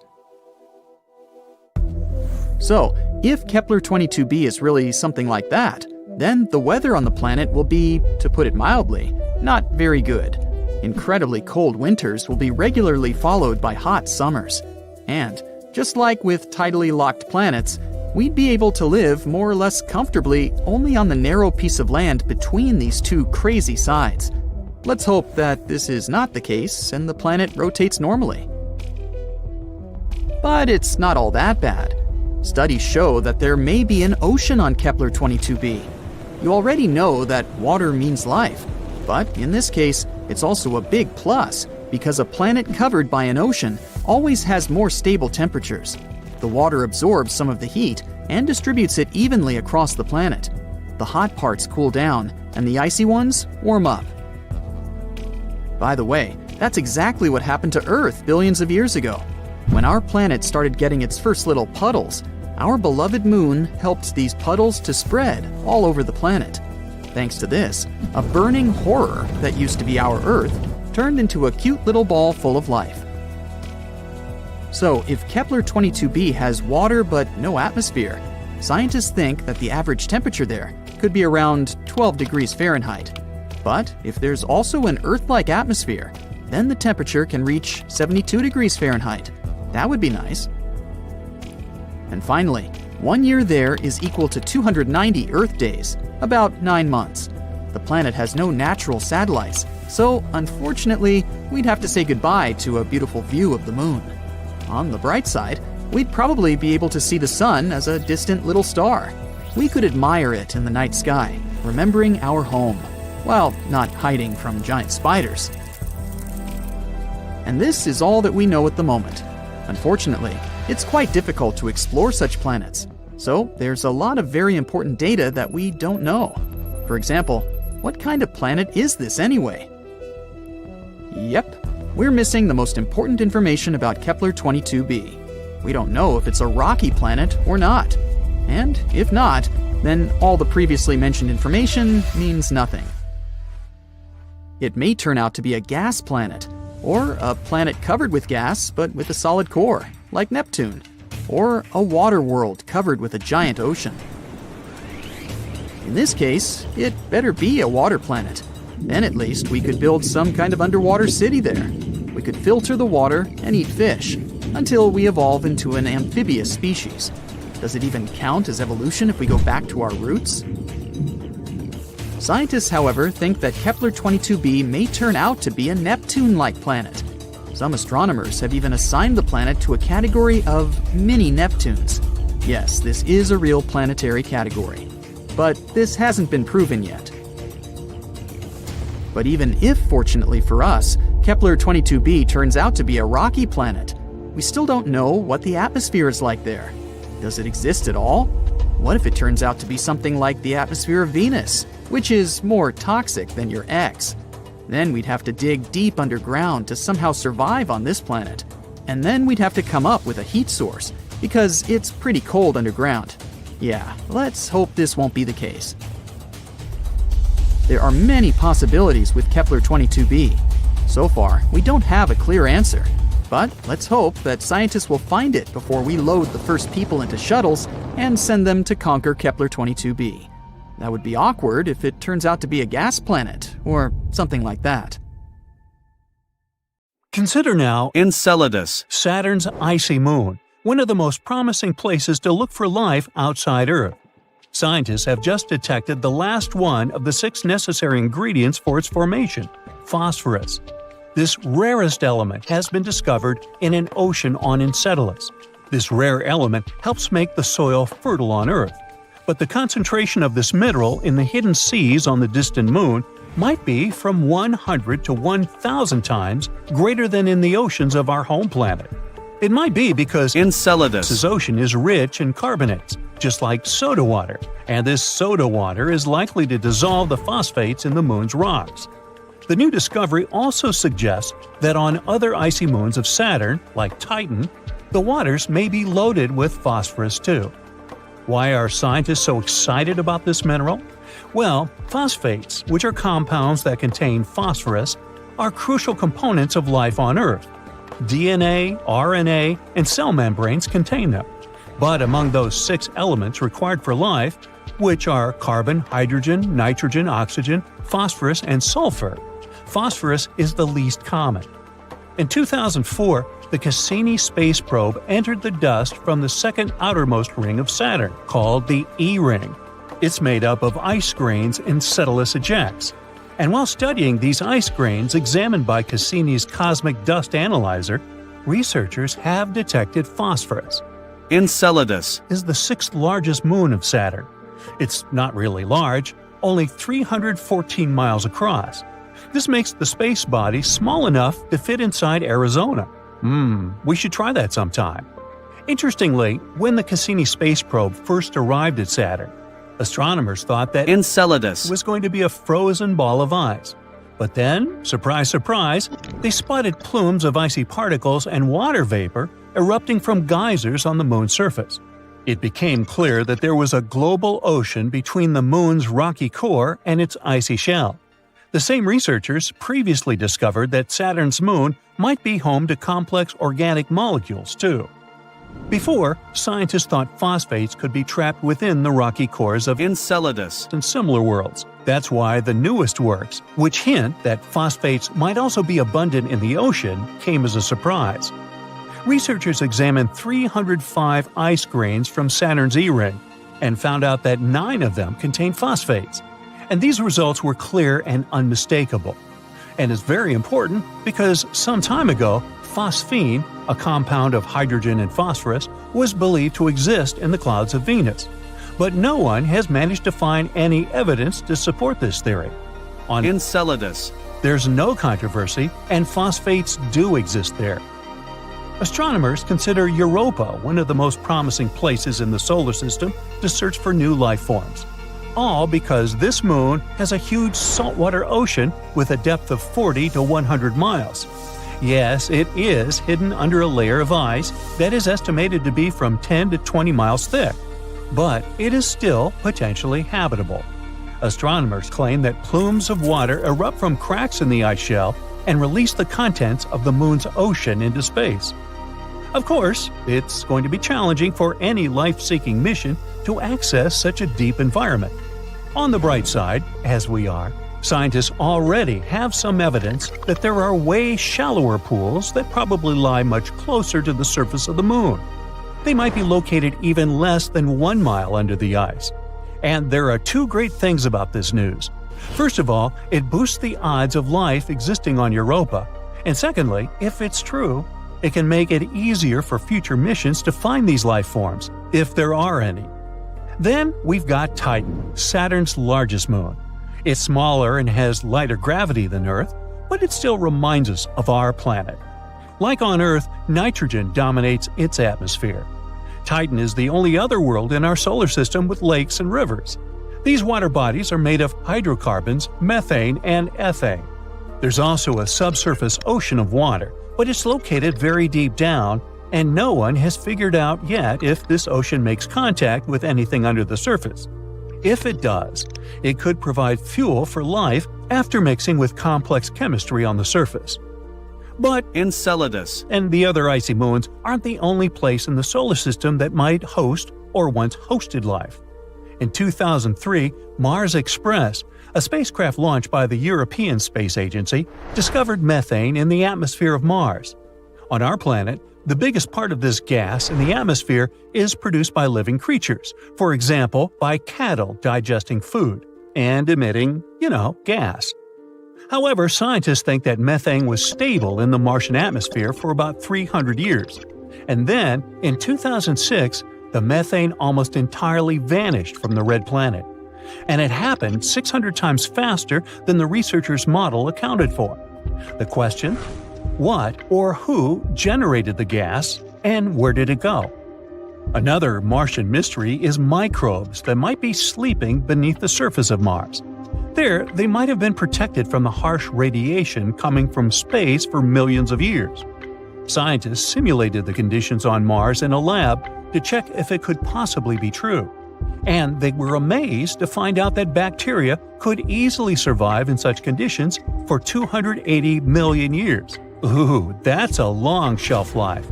This means that if life existed on Mars, we could find the evidence in the planet's subsurface by drilling into the Martian soil. Right now, there is no flowing water on Mars, and cells or spores would simply dry out. Plus, the frozen temperature is similar to that of dry ice. In other words, it's deeply frozen. Let it go. And still, there could be 6 types of bacteria and fungi living underground on the red planet. The most likely of them is nicknamed Conan the Bacterium due to its tough nature. Well, I guess time will show. Anyway, if we don't find life outside Earth in our solar system, we could probably look for it on exoplanets, which is what planets outside our star system are called. Some of them look very promising. The closest to Earth exoplanet is Proxima Centauri b. It's a mere 4.2 light-years away from Earth. Recently, astronomers have found out that this world might resemble Earth even more than they previously thought. is just 17% more massive than our home planet. It orbits a star that is dimmer and less massive than the Sun. Proxima Centauri b is in the middle of the star's habitable zone. This means that the chances of liquid water and life might exist on the planet. It looks like the exoplanet is tidally locked with its parent star. One of its sides faces the star at all times, and the other is always in the darkness. Scientists haven't figured out yet whether the planet has an atmosphere, is traveling too close to its star, and completes one orbit within 11 Earth days. The radiation from the star might be pulling the planet's air away. If this is the case, Proxima Centauri b isn't likely to have liquid water on its surface. Gliese 832c is 16.2 light-years away from Earth. In the cosmic scheme of things, it's a stone's throw away. This exoplanet is 5 times as massive as Earth and travels much closer to its parent star. That's why a year on this planet lasts a mere 36 days. But since this star is a red dwarf, much cooler and dimmer than the Sun, Gliese 832c gets as much light and heat as our planet. At the same time, it's still unclear if it's similar to Earth. The planet probably has a much thicker atmosphere that creates a runaway greenhouse effect. This phenomenon occurs when a planet absorbs more heat from its host star than it can release back into space. This means that Gliese 832c is more likely to resemble scorching hot Venus rather than the relatively cool Earth. Hey, I'm cool with that. Weird, unusual sounds out of nowhere are spreading all over our galaxy, constantly repeating, and it's something we've never heard before.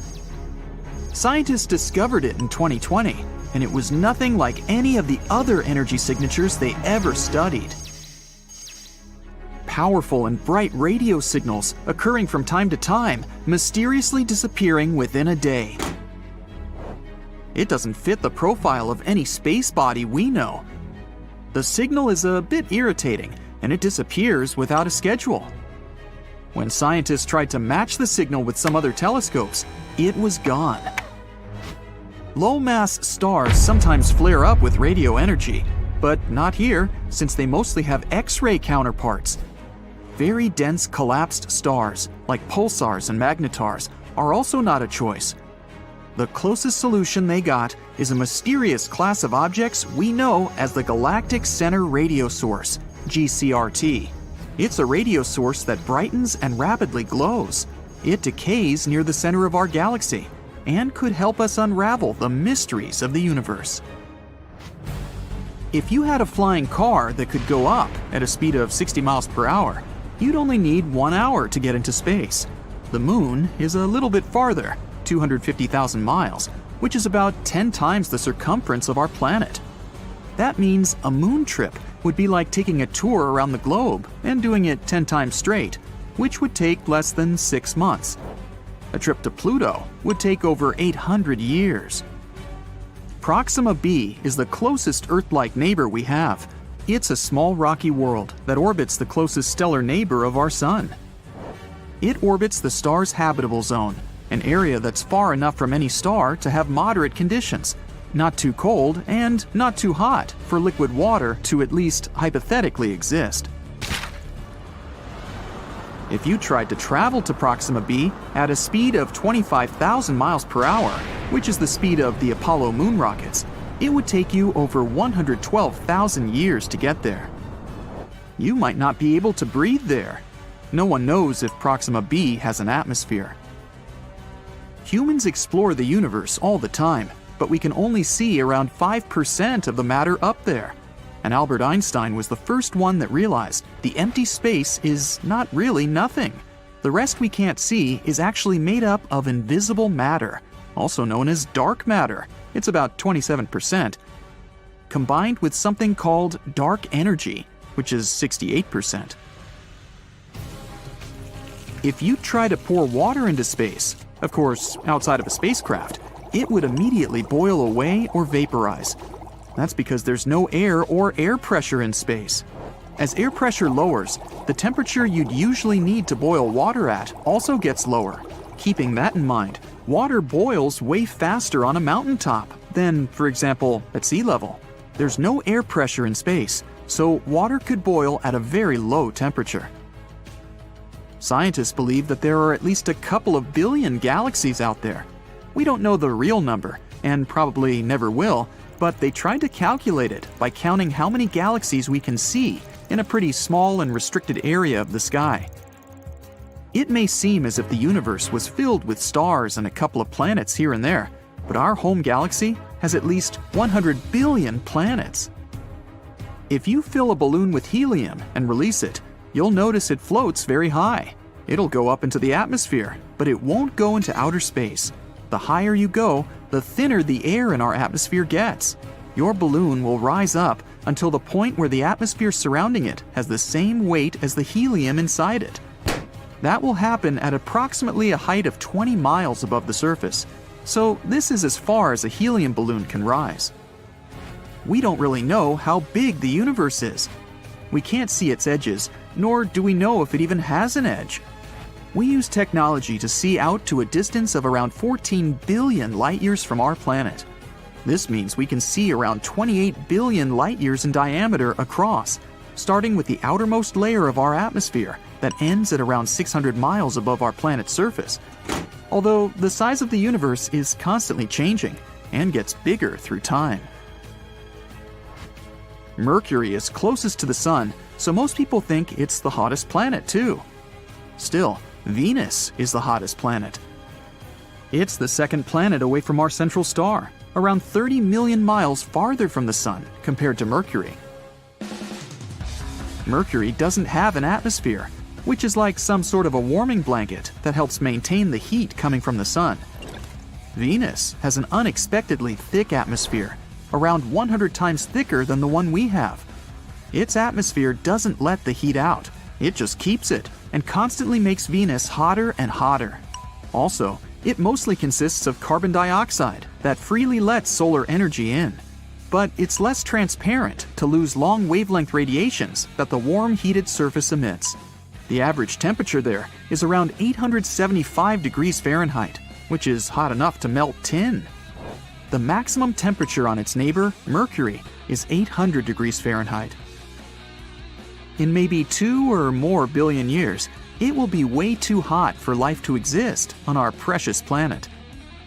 As the hundreds of millions of years go by, our sun will keep getting hotter and brighter. Eventually, temperatures will be so high, our beautiful oceans will be wiped away. Since they produce 70% of the oxygen we need to survive, there'll be no life without them. All of this means that our planet will simply become a vast desert, something like Mars is today. Pluto, a very distant used-to-be planet, now dwarf planet, is actually smaller in diameter than the entire US. The biggest distance there, from Maine to Northern California, is approximately 2,900 miles, while Pluto is only 1,473 miles across. Pluto is very far, but the edge of our solar system is 1,000 times farther away than this dwarf planet. But astronomers found many space objects orbiting our sun way farther than Pluto, such as Kuiper Belt objects and trans-Neptunian objects. There's also an Oort comet cloud that goes half a light year from Pluto, also 1,000 times farther. A neutron star is really heavy. Just a teaspoon filled with it would weigh 6 billion tons. Neutron stars are something that remain from huge stars that have run out of fuel. The fading star explodes, and its core falls apart, but due to gravity, it forms an extremely dense neutron star. These stars typically have a mass of up to 3 suns, but the radius there is around 6 miles, because this is one of the densest things in our universe, at least that we know about. The universe has a color, and it averages to be some kind of beige, or as they call it, cosmic latte. It also has its own smell that reminds you of seared steak or hot metal. At least, that's something astronauts floating in space have said. If you want to build a spacesuit, get ready to work really hard. It takes 5,000 hours to make it and will cost you $1 million. A really good one will have 11 layers of material and weighs about 110 pounds. And it needs to be comfortable. You'll need more space in there because you grow up to 2 inches when in space. When you're floating around in space, Earth's gravity doesn't have any impact on you. That's why the vertebrae in your spine might expand and relax a little bit, which means you'll be maybe 3% taller. For 6 feet, it's about 2 extra inches. Oh, don't worry, it's not permanent. As soon as you go down to Earth, you'll shrink back down to your normal size within a couple of months.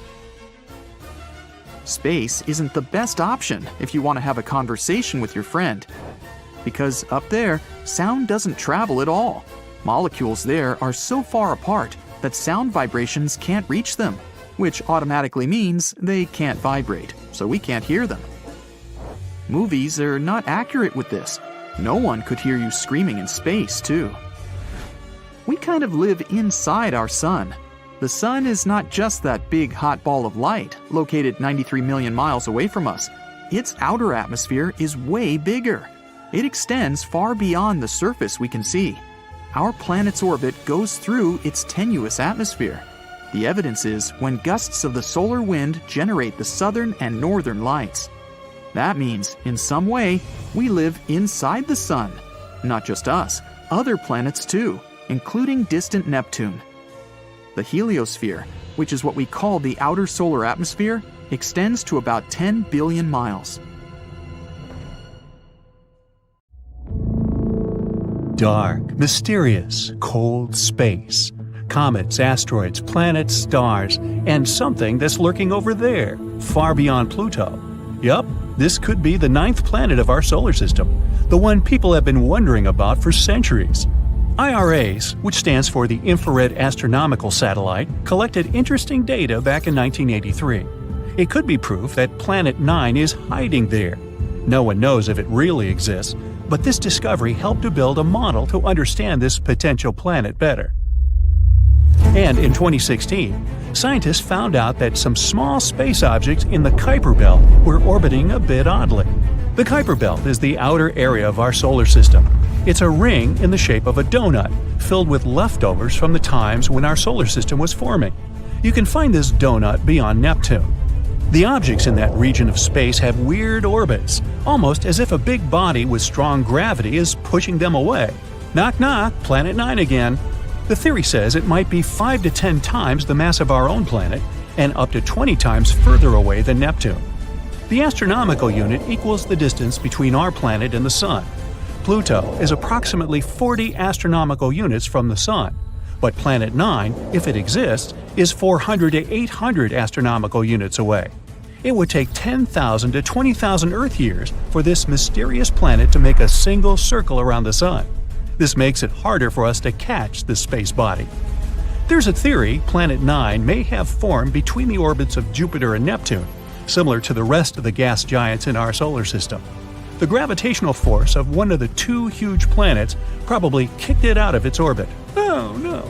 Then Planet 9 could get ejected further away from the 8 planets we know about. It ended up as some sort of icy waste, quite small at the beginning. But as time went by, Planet 9 has cleared its orbit of frozen pieces of rock and dust and finally formed into a real planet. Another theory says that this could be a planet another star lost on its way while it was passing near our solar system. In any case, Planet 9 probably doesn't reflect that much sunlight since it's so far away. And astronomers aren't sure where exactly they should look for it. Space is dark, mysterious, endless, obviously. But if we do find Planet 9, it will be the first solid proof there are more planets in our solar system than we thought.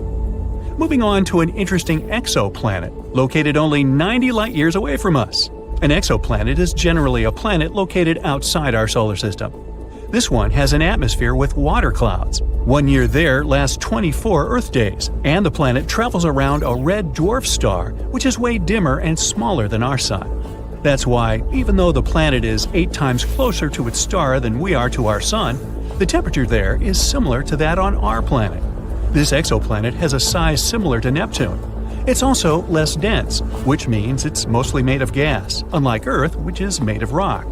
The average temperatures there is 140 degrees, which makes it one of the coolest small exoplanets we've ever discovered.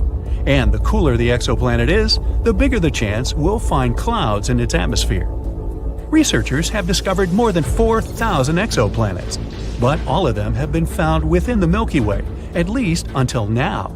For the first time, astronomers may have spotted a planet outside our galaxy. They called it M51 ULS-1. The planet is located in the Whirlpool Galaxy, a distant spiral galaxy 28 million light-years away from us. There was once a huge but pretty young star that got stuck in a gravitational dance with something that could be a dense neutron star, the collapsed core of a giant star, or a black hole. The star's dance partner had incredibly strong gravity. It was feeding on the star, greedily ripping away its plasma.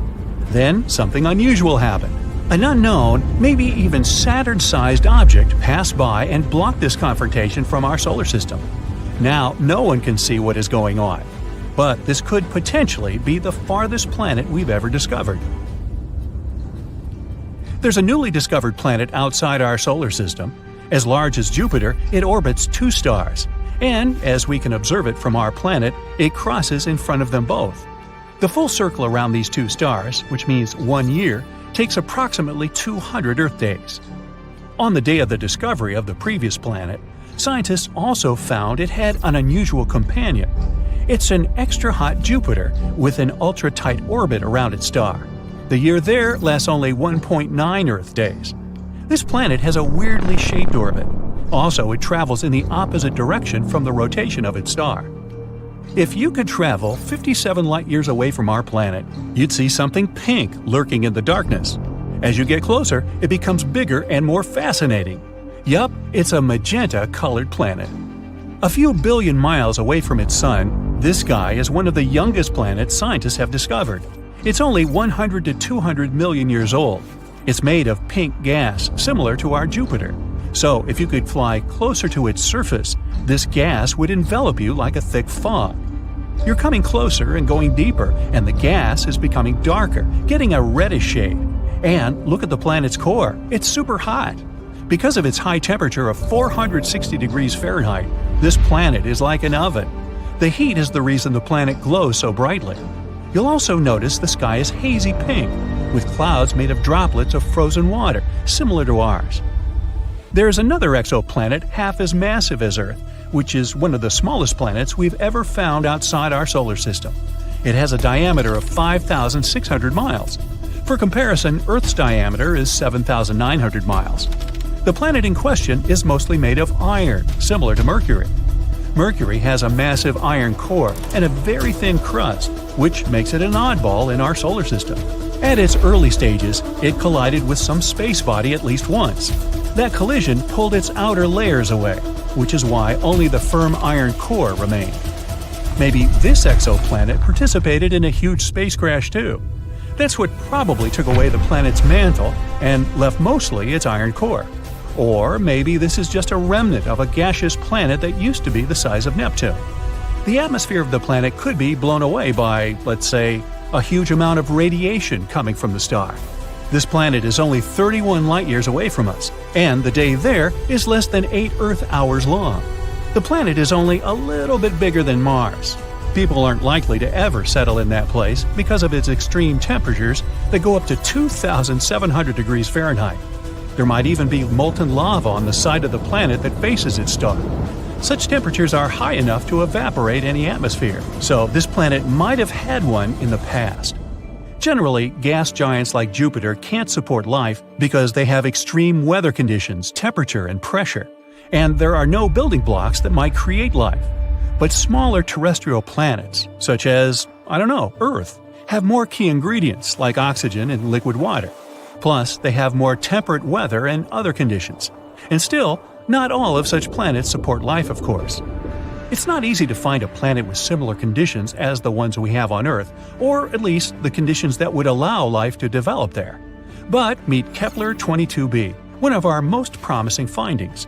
It's 600 light-years away from us, twice bigger than our planet, and with temperatures of about 72 degrees Fahrenheit.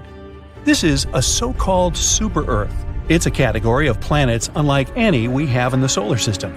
They're more massive than Earth, but still lighter than ice giants such as Uranus or Neptune. Super-Earths can consist of rock, gas, or a mixture of these two. Kepler-22b is within the habitable zone of its parent star, which is less bright than our Sun. The planet probably has a rocky core. It may have an ocean, but it doesn't host any life. At least, we don't know about it yet. So, we might be getting closer to finding a massive icy planet beyond Neptune's orbit. Sorry Pluto, still not you. Recently, some universe mapping using data from a telescope in Hawaii eliminated about 78% of the possible locations for this mysterious Waldo from space. Some people call it Planet 9, while others prefer Planet X. Either way, it's been causing controversy since its existence was first proposed, and that is mainly because no study so far can answer the big question: does it really exist? If discovered, Planet 9 would rank as the 5th largest planet in our solar system, with a mass 10 times that of Earth.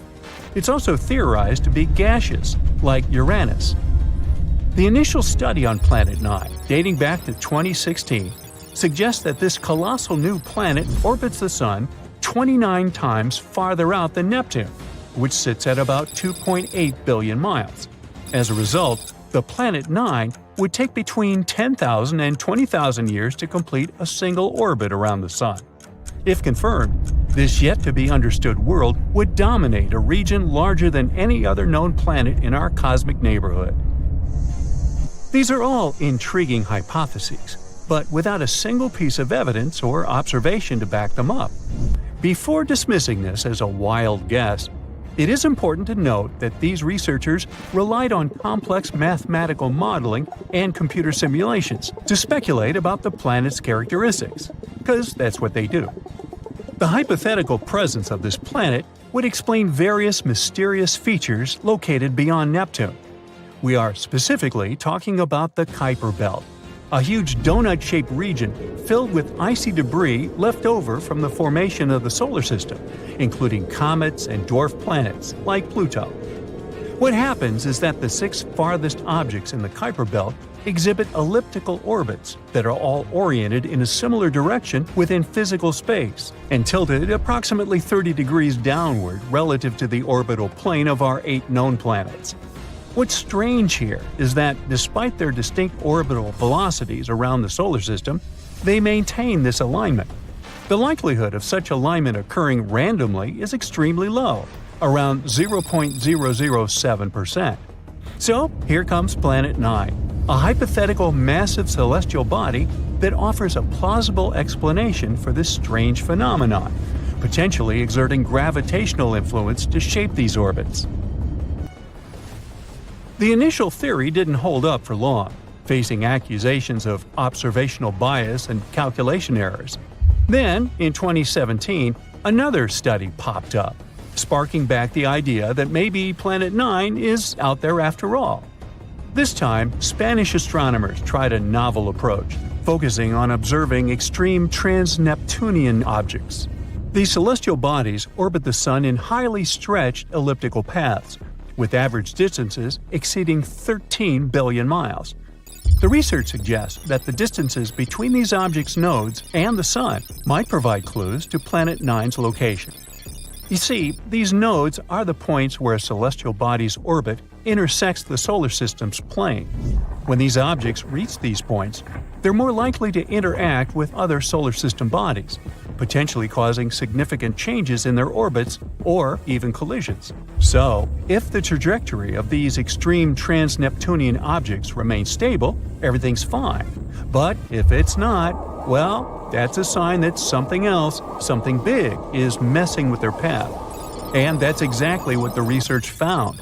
There is something unseen out there, throwing these objects off course. And that something could be a planet, chilling at a distance between 300 to 400 times farther from the Sun than Earth. To this day, the study of the extreme trans-Neptunian objects is the strongest evidence we've got for Planet 9's existence. And if you're still not convinced by this theory, know that strange motions like these have led to planetary discoveries before. Neptune, for instance, was spotted because Uranus's motion didn't quite agree with the predictions of Newtonian gravity. But the deflection of its orbit could be explained if it was caused by a pull of an undiscovered planet. And just like that, we discovered Neptune. Now, the year is 2021, and there's all this buzz about Planet 9 again. After correcting some old guesses, studies are now leaning towards the idea that this mystery world follows an epic loop around the Sun every 7,000 years. That is massive news, because it means this planet might be closer than we ever thought, making it easier for our telescopes to spot it. The paper also suggests there is a whopping 99% chance that the funky orbits of these distant objects are all because of this unseen planet, not just some cosmic coincidence. Now, the odds of this whole situation being a fluke are down to a 1 in 250 chance, which is much better than the 1 in 10,000 chance back in 2016. All these optimistic numbers have brought us to where we are today, keeping our hopes and working on better equipment to continue the mission of spotting Planet 9. As mentioned earlier, researchers in Hawaii created some kind of treasure map utilizing the Panoramic Survey Telescope and Rapid Response System to eliminate 78% of its locations. This is great news, considering how challenging it is to find a planet-sized needle in a cosmic haystack. But unfortunately, Planet 9's presence remains a ghost in the dark outer reaches of our solar system. Enthusiasts are still convinced of its existence and believe it is only a matter of time before we celebrate the discovery of Earth's new cosmic cousin. They're putting their hopes on the Vera C. Rubin Observatory, which is currently under construction in Chile and is scheduled to begin science operations in late 2025. Over the course of 10 years, this observatory will scan the entire southern hemisphere sky every few nights with a 27-foot, fast-moving telescope equipped with the largest digital camera in the world. The idea is to catalog everything in the solar system, reaching out to and beyond Neptune, and tracking the movements of millions of celestial objects, including space junk, asteroids, comets, and stars. If Planet 9 is indeed out there, this next-generation telescope could be the one to find it. The existence of this mysterious planet is far from being universally accepted in the scientific community. That is simply because Planet 9 isn't the only explanation for the strange phenomenon occurring beyond Neptune. One theory suggests that a group of distant objects, such as dwarf planets, comets, and moons, might be collectively influencing the orbits of the extreme trans-Neptunian objects. Others believe that a black hole is behind all this. These compressed masses are some of the densest objects in the universe, potentially capable of affecting the orbits of other masses, like how this supposed ghost Planet 9 is believed to be doing. Another bold perspective suggests that our current understanding of the laws of gravity is flawed, actually incomplete. This theory, known as modified Newtonian dynamics, proposes that these distant icy objects exhibit strange behavior not due to influence from another planet, but rather because the immense gravitational field of the Milky Way is influencing them. However, even supporters of this theory acknowledge that it is too early to draw firm conclusions, and much more extensive research is still required. While we continue our relentless hunt for Planet 9, some astronomers have taken it a step further, suggesting the existence of a hypothetical Planet 10. This world has a mass and size like that of Mars or Earth and is located on the edges of the Kuiper Belt. But the thing is, if this alleged Planet 10 is indeed as small as scientists believe, it might not have enough gravity to clear its orbit of debris. And that is pretty similar to what happens with Pluto, being one of the reasons why it got into trouble back in 2006. So yeah, it's better not to get too excited. This supposed Planet 10 might end up classified as another dwarf planet. Voyager 1, which has been traveling through interstellar space for more than 45 years and is trailing a long gray beard by this time, not really. It suddenly began to send strange signals to Earth. Even more bizarre, there are no signs that the probe has broken or anything. Scientists from NASA are desperately trying to find the reason. So, what's happened exactly? First of all, let me tell you a bit more about Voyager 1 and its long journey. Voyager 1 is an American space probe. Scientists from NASA sent it into space on September 5, 1977. Voyager's goal was to explore the outer planets of our solar system, namely Jupiter and Saturn. Initially, scientists assumed that the mission would take about 5 years. Haha, the joke's on them. The probe exceeded all expectations. Not only did it fulfill its mission, but it's still working for much longer than expected. Voyager 1 has been wandering around space for more than 45 years. It's hard to estimate what Voyager 1 has done for science. Firstly, it successfully sent a lot of photos of Jupiter and Saturn to Earth. By the way, you can even check out these photos yourself. All of them are published on the NASA website. Thanks to Voyager, we also discovered several new moons of Jupiter and a previously unknown system of its rings. We learned that Jupiter's famous red spot is actually a giant superfast storm. And after leaving Neptune's orbit behind, Voyager also sent a lot of important data about interstellar plasma. So Voyager 1 successfully proved to scientists how useful it was. After that, it happily headed for its next goal, the Kuiper Belt and the heliosphere. The Kuiper Belt is a ring of icy bodies that extends from Neptune to a distance of approximately 50 AU from the Sun. It's kind of similar to the asteroid belt, but about 20 times wider and 100 times heavier. And the heliosphere is an area around the Sun where the pressure of the solar wind is balanced with the pressure of interstellar gas.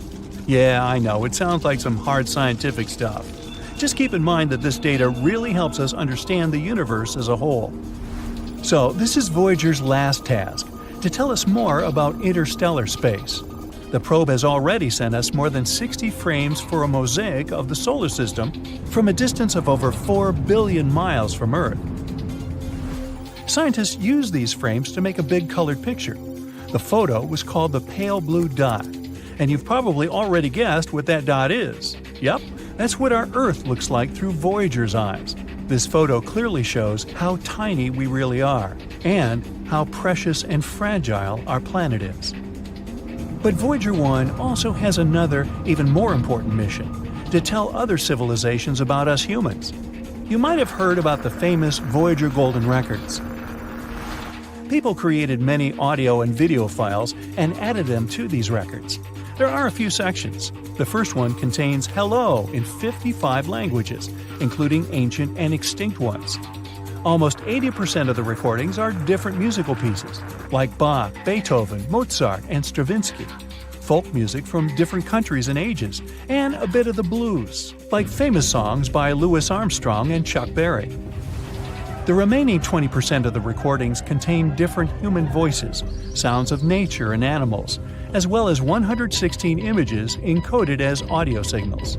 There's also recordings of speeches by Kurt Waldheim, a former UN Secretary General, and Jimmy Carter, a former US President. These are just some friendly messages. In addition to the records, scientists also packed a needle for playing them. Don't worry, they also left a simple drawing that showed how to use all this stuff and how to translate the sounds into pictures. They added Earth's coordinates, which they created using a pulsar map. It shows the position of the Sun in the Milky Way. The record was packed in an aluminum case and covered with gold to protect it against radiation and cosmic dust. Carrying this record, Voyager 1 set off on its long journey, and it has already traveled quite a distance, I'd say. Right now, Voyager 1 is 154 astronomical units away from us. That's about 14.5 billion miles. This makes it the most remote human-made object. Initially, this title belonged to the Pioneer 10 mission, but Voyager overtook it in 1998. What a bargain for NASA! It's way beyond its best-by date. Voyager 1 is actually so cool that it even overtook its twin brother, Voyager 2, which, by the way, had been sent into space 2 weeks earlier. Voyager 1 moves at a speed of 9.7 miles per second. That's 35,000 miles per hour. Even the fastest sports car in the world travels at a speed of only 305 miles per hour. So it's hard to imagine the speed of Voyager. Anyway, at the moment, Voyager is heading to the borders of the Oort cloud. That's the name of a hypothetical layer of icy objects surrounding the solar system. Astronomers haven't confirmed its existence yet, but they're almost sure it's there. After all, even black holes were only a theory not so long ago. Unfortunately, Voyager 1 won't return back to the solar system. It'll keep in touch with Earth at least until 2025. But eventually, we'll lose the connection with it for good. In 300 years, it'll reach the borders of the Oort cloud. And in 30,000 years, I won't be around then, it'll finally leave the solar system. And if nothing happens to it along the way, in another 10,000 years, Voyager 1 will approach red dwarf star Gliese 445 in the Giraffe constellation. In the future, the probe will probably keep wandering around the Milky Way galaxy. And now, let's finally discuss the mysterious signals part. So, what happened? Well, a rather unusual thing. NASA's Jet Propulsion Laboratory, which monitors and controls both Voyagers, reported this problem in May 2022. Our veteran spacecraft suddenly began sending strange data to Earth. The whole situation puzzles even engineers from NASA. Now, I bet you're thinking, come on, the thing just probably broke down or something. But the truth is that Voyager 1 is totally fine. It works as usual, receives and carries out commands from Earth, and collects and sends scientific data. But the readings of the AACS, which stands for Attitude and Articulation Control Subsystem, don't show what is actually happening to Voyager anymore. This system supports the orientation of the probe in space and helps it keep in touch with Earth. So, basically, the signals mean that the probe's orientation in space is messed up. But scientists claim this is not the case. They know that the source of the antenna signal remains in the same position relative to Earth as planned. The problem hasn't triggered any of the onboard fault protection systems. The probe hasn't even entered safe mode. So, what in the world, or universe, is going on? Suzanne Dodd, the head of the project, says that the problem is not actually that unexpected. After all, Voyager 1 is already 45 years old. The expert admits that what's happening to the probe remains a mystery to them. They don't know exactly where the incorrect data is coming from, and it's unclear how this will affect the operation of Voyager. She adds, though, that it's not that surprising, considering that the probe is in interstellar space. There's a very high level of radiation there. No spacecraft has ever reached that point before. Scientists from NASA say they'll keep closely monitoring the data coming from Voyager 1 until they figure out the problem. If they find it, the management team will try to fix it. Otherwise, the team will have to adapt to the new conditions. It might not be enough just to understand the problem, though. It takes as much as 20 hours and 33 minutes to receive the signal from Voyager, and it takes the same amount of time to respond to it. Well, at least the second spacecraft, Voyager 2, is totally fine, even though it's also currently in interstellar space at a distance of 12 billion miles from Earth. Anyway, we can only wait for news and hope that the problem will be resolved. I actually wonder how much longer can Voyager 1 last? Will it be able to fly to the borders of the Oort cloud in 300 years? What do you think? I'd like to hear your thoughts in the comments. Whoa! A wall of fire spreads around the epicenter of the impact. It burns everything in its path. The waves raised by the explosion cover large cities, and earthquakes are so strong that giant skyscrapers fall like a house of cards. So, these are the possible consequences of the collision with the first interstellar object in history to visit our solar system. We discovered it in 2017, but we're still not sure what it is. An asteroid, a comet, or a spaceship of some outer space civilization. So far, scientists have named it Oumuamua. Sounds like a Hawaiian cow. Well, whatever it is, its speed is much faster than other asteroids, about 54 miles per second. At that speed, you could cross the U.S. from coast to coast in less than 3 minutes. So this asteroid could travel from Earth to the Sun in about 2 months. By comparison, our rockets can travel up to 17,000 miles per hour. The same trip across the United States would take them about 9 minutes. So, many scientists speculate that this is an artificial object created by a very advanced civilization. Okay. The shape of the object supports this theory. It's long and narrow and resembles a spaceship. It's about half a mile long, way bigger than the Eiffel Tower. Scientists decided to see if Oumuamua was really someone's spaceship and pointed some radio telescopes at it. If the civilization on that ship had used communication or scanned us with their tech, we would have known about it. But there was complete silence. kinda like that. Not a single radio wave. But that doesn't disprove the theory of outer space civilization. To find out for sure, we decided to determine the weight of the object. To do that, we use light. More precisely, its reflection. You see, different materials reflect light differently. We take an unknown black stone, for example. It absorbs almost all the light, reflecting almost nothing. Check out the catalog, it's charcoal. Knowing the size and material of the object, we can determine its weight. So, we need to see how much light this object reflects. And when scientists pointed their telescopes at Oumuamua, they learned that it reflects colors that match with iron and also with some solid rocks. And Oumuamua was flashing all the time, a bright flash. Then it would slowly fade, and then it would start to shine again. This means it was spinning. And it wasn't going around its axis like an arrow. It rotated chaotically, moving its edges up and down. Any artificial object or spacecraft would have been torn apart by such overloads. But Oumuamua is still intact. That means it's made of super hard materials that keep it from falling apart. And it's not hollow like a spaceship. It's one solid body. Hey, like me. The astounding speed of this object makes it pretty mysterious. Some comets can have the same or even higher speed, but they also have a kind of rocket effect. So when a spaceship starts from the launch pad, you see fire bursting out of its engines. Every second, the rocket mixes fuel with oxygen, ignites them, and ejects them at a tremendous speed. According to the laws of physics, this is like pushing off a wall. The rocket sort of jumps up from the combustion gases it throws down. That's how the rocket creates thrust and accelerates. Comets work on a similar principle. The sun's rays hit the surface of the comet. Light elements like ice start to evaporate. That gas goes one way, the comet goes the other. Just like a rocket, the comet is pushing off the evaporating gas and accelerates. This gas also forms the comet's long tail. It's as if the massive rock is dragging all this gas behind it. I can relate. Or it's like a car pulls air with it when it goes at high speed. But Oumuamua is not a comet, and it doesn't have that tail, and it doesn't have the same rocket effect as a comet.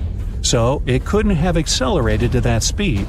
But some scientists believe that Oumuamua used to have a tail. Although we discovered it in 2017, it entered our solar system in 1995, and it was hit by the sun's rays even back then. When we discovered this asteroid, it had already lost about 95% of its mass. It simply evaporated. Other scientists believe that Oumuamua got this velocity during its birth, somewhere far away in another star system or nebula. Perhaps it was a dramatic collision of some exoplanet with another cosmic object. The colossal explosive energy of the collision threw the elongated shard into outer space. Or it could have been a supernova explosion. When a star reaches the end of its lifespan, it becomes a red giant.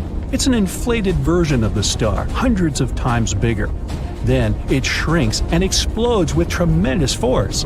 The blast waves can travel many light years away from the epicenter, and it's one of the brightest events in the universe. So the supernova might have torn some exoplanet to pieces. One of them, Oumuamua, gained a lot of energy and speed and began its long journey toward Earth. This might explain why Oumuamua keeps spinning so wildly.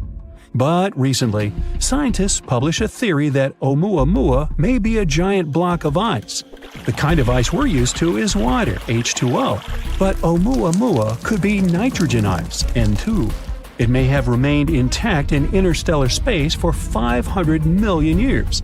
And when it arrived in our solar system, nitrogen ice could have reflected 2/3 of the sun's rays, so it didn't heat up as much. That explains why Oumuamua doesn't have a tail. You can find the same nitrogen ice on Pluto, as well as on Triton, one of Neptune's moons. So Oumuamua comes from a similar icy exoplanet.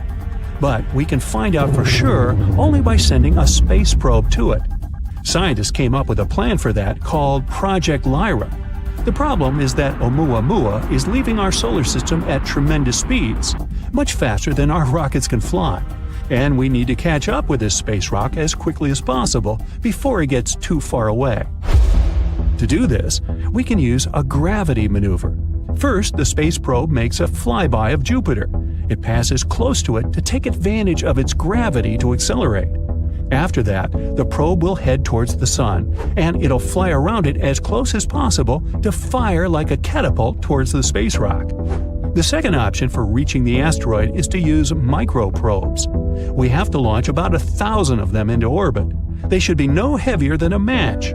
Each of them will have a light sail the size of a boxing ring. Then we'll focus a powerful laser beam from the ground onto this sail. It will allow us to accelerate the probe to about 20% of the speed of light. It shouldn't go too fast not to fly past the asteroid. It should be able to enter its orbit or land on it. But if we're too slow, Oumuamua will leave our solar system before we can catch up with it. It'll be a great experience because in the future, we'll be able to use such asteroids as a space taxi. All we have to do is enter the orbit of such an interstellar asteroid or even land on it. Then we would keep moving through space at incredible speeds without using any fuel at all. This would be a great option for traveling long distances or to deliver supplies to other star systems. So why should we be afraid of such objects? Well, a collision with an asteroid the size of Oumuamua could wipe out an entire state. If it were to hit somewhere in the ocean, it could cause waves taller than our skyscrapers. Scientists are anxious to find ways to protect us against such objects. One of them is ramming. If we spot a potentially hazardous object, we could send a spaceship towards it, pedal to the metal. The spacecraft will have to ram the asteroid at an angle that will move its trajectory just a little bit. Moving it too much on a cosmic scale would only dramatically change the asteroid's final destination, and we only need to get the asteroid past our planet. We can also create a controlled explosion on the asteroid. It's based on the same principle. The force of the explosion would have to shift the trajectory of the asteroid slightly, or smash a giant rock into smaller pieces. Asteroids up to 80 feet wide would burn up completely in our atmosphere due to friction against the air. Rocks between 80 feet and half a mile in size may not burn up completely and cause local damage. Anything larger is considered very hazardous. You think? The traditional method of science fiction is to put rocket engines on the asteroid. Then we can not only change the trajectory of the space rock, but also control it. And we can use it against other asteroids. It would be something like space billiards. Jupiter has 79 known moons, and the 4 biggest of them that are particularly interesting are Galilean moons. They were named after Galileo Galilei. He discovered them in the 17th century. They have something in common, but at the same time are all very different. Europa is the smallest of the Galilean moons with a diameter of 1,860 miles. It orbits Jupiter every 3.5 days. The first images we got from there were taken in the 1970s. Its surface mostly consists of water ice. Europa has long fractures, often around a mile wide, that can extend for thousands of miles across its surface. They were probably formed as the crust pulled apart from tidal forces on the mysterious ocean beneath the surface. In 2012, scientists discovered water vapor plumes erupting close to its south pole, rising up to 125 miles. These plumes can help us find what's inside Europa without having to land there. Scientists think there could be a magnificent ocean hidden 10 to 15 miles beneath the solid surface. That ocean could be 40 to 100 miles deep. Even though it's just 1/4 of Earth's diameter, it contains twice as much water as all of our oceans together. This ocean is a potential environment for some forms of life. Scientists believe the entire ice crust is floating on that ocean. It probably makes a full rotation around Europa once every 12,000 years. In the image the Galileo spacecraft took, you can see small dark brown spots. They're 6 miles across and formed as the hot, less dense material was getting to the surface. It either pushed the crust or broke through it altogether. The surface of Europa consists of so-called chaos terrains. They're rough areas surrounded by a smoother surface. Its equator could be covered in ice spikes called penitentes that can go up to 50 feet high. We have them on Earth too. especially in dry areas at high altitudes. But none of them are as big as those on Europa. Our moon has over 5,000 big craters with a diameter of more than 15 miles. Europa's surface lacks impact craters and doesn't look like it's more than 50 million years old. This means the surface of Europa is changing and reforming all the time. This moon is icy and is one of the smoothest of any solid space objects in our solar system. Because of it, it's 5 times brighter than our moon. Europa is under a constant blast of radiation coming from Jupiter. It's so strong, we wouldn't last even a day there.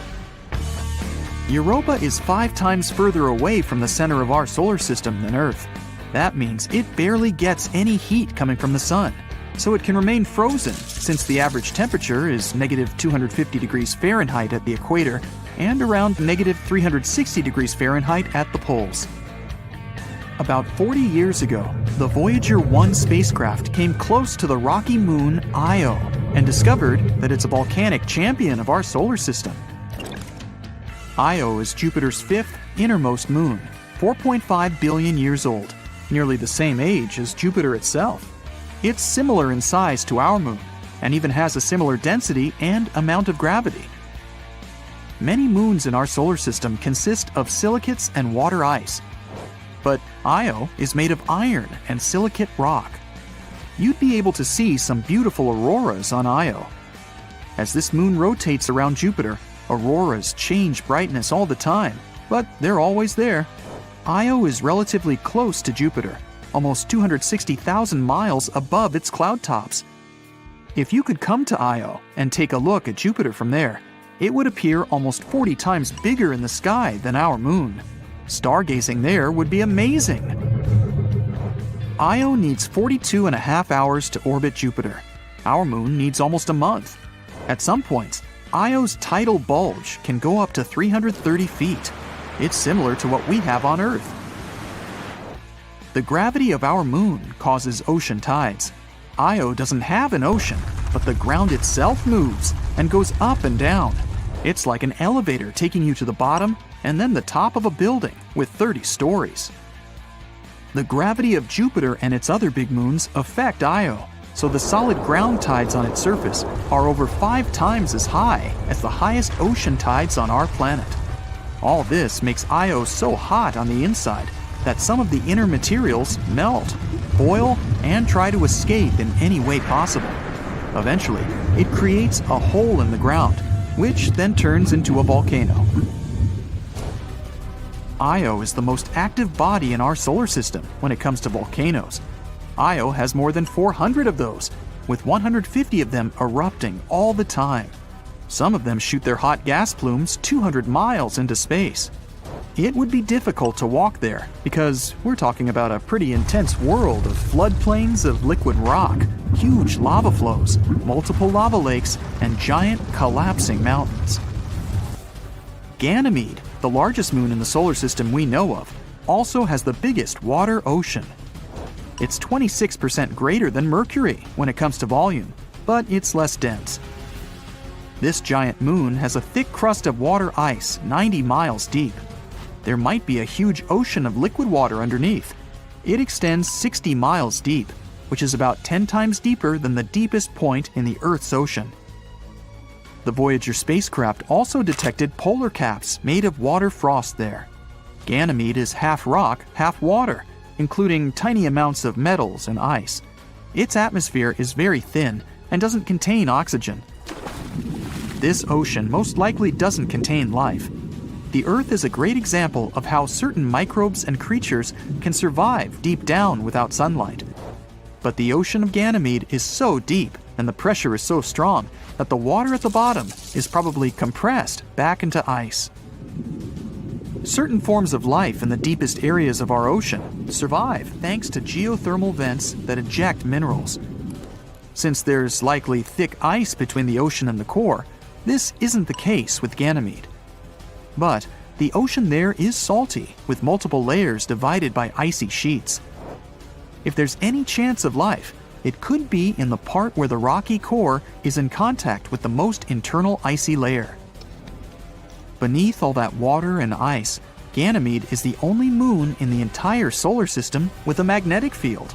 It's possible because this moon has a liquid core. Ganymede circles Jupiter approximately once every 7 days. Its orbit is so eccentric that at some points, it's pretty close to Jupiter. Ganymede, Io, and Europa have gravitational forces that affect each other. In the time Ganymede orbits Jupiter once, Europa makes 2 orbits, and Io makes a full circle 4 times. 1/3 of Ganymede's surface contains big dark regions, while the other 2/3 are lighter. Dark areas are older and contain more craters. Lighter areas have long ridges and grooves, about 2,300 feet high and thousands of miles long. Callisto, the 3rd biggest moon in the solar system, 3,000 miles in diameter, needs 17 Earth days to orbit Jupiter. Its atmosphere is very thin.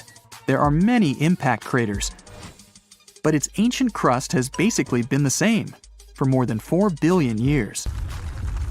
When a planet is geologically active, like the Earth, some things can erase most of the evidence from past impacts: water, volcanoes, tectonic plate movements, human activity, and weather. All this changes the surface. Callisto has experienced none of those. Scientists think this moon used to be an ocean world that eventually froze over. It was hit by meteors from time to time, but mainly remained untouched. And yet, it still has some pretty impressive craters, like Valhalla, the biggest multi-ring crater in our solar system. That's 2,500 miles in diameter. Major craters on Callisto contain more rings than those on other celestial bodies. Whatever hit the moon was big enough to have punctured the thin crust, causing water to spread on the surface. And under this thin crust, there could be either salty ocean or soft ice. The Galileo space probe detected that Jupiter's magnetic field couldn't penetrate through this moon, likely because of a layer at least 6 miles thick. That's why it's hard to explore Callisto. Moons like Europa have vents that eject water from the subsurface oceans. But to explore Callisto and discover more about its past, we'd have to use the old-school way, digging through the crust. If we wanted to explore the outer parts of our solar system, Callisto would be a great spot because Jupiter's radiation doesn't reach it. So we'd be safer there than on some other inner moons. You know, many different things have nothing in common at first glance.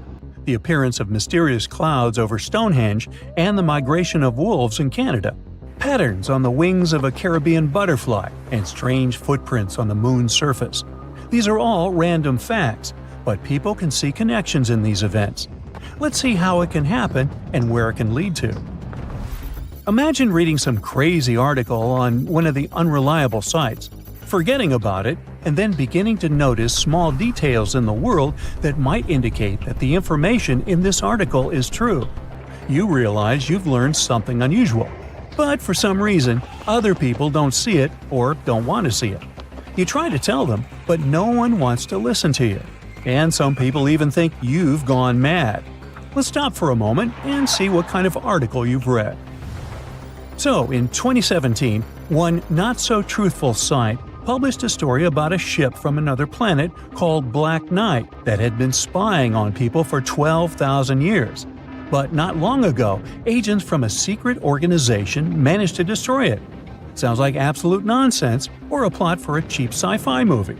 Of course, you don't believe it. But a few years later, you find a story about Nikola Tesla.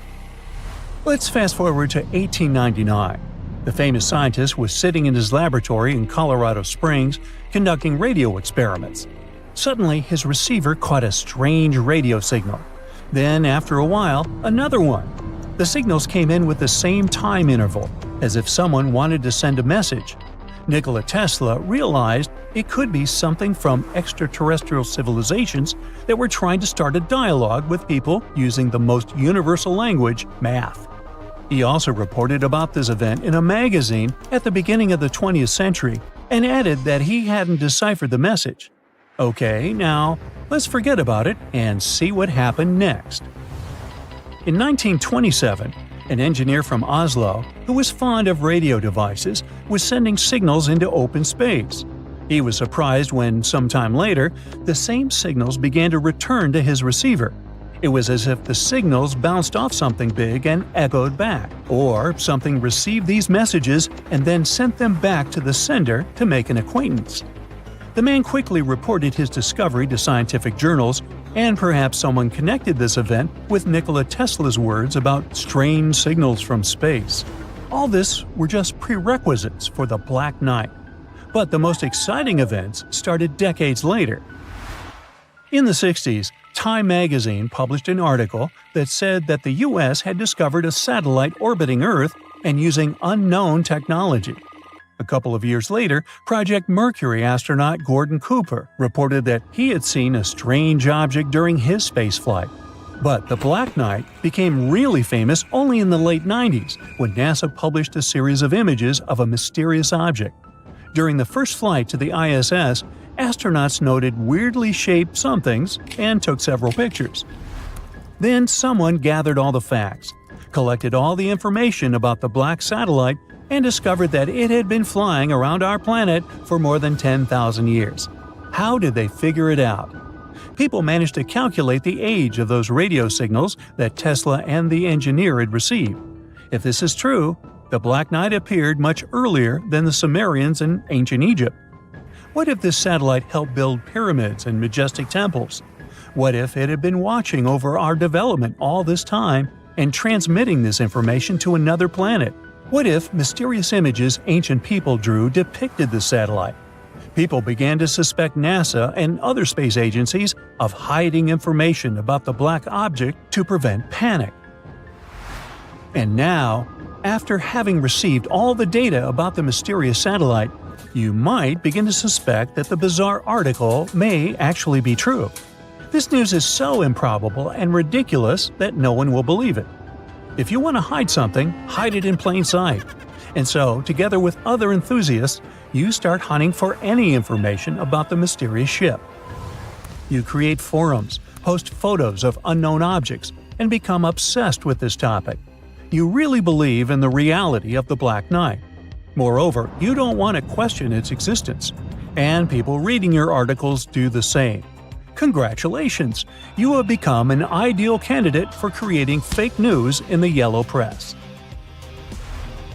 Such myths and urban legends seem attractive.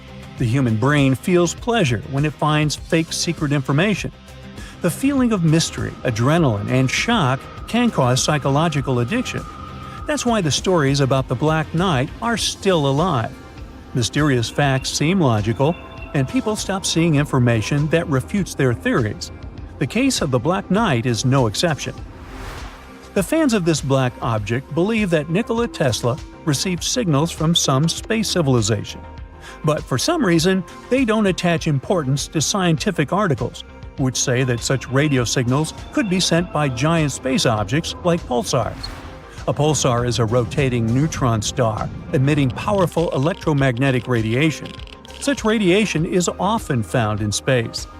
These radio waves don't imply the presence of a mind and a sender. The cosmos is full of such signals. The technology for detecting such objects were created in the 60s. Or maybe Tesla's device caught a signal coming from our planet. Besides, the scientists didn't see anything about the Black Knight. So why did people connect these two events? That story with the Norwegian engineer is still unexplained. Yes, his signals returned as an echo, but this had nothing to do with the flying object in question either. You might as well say that the satellite somehow influenced the Titanic. There's no logic in such assumptions. Strangely, no one connected the Black Knight with the Yeti or the Kraken.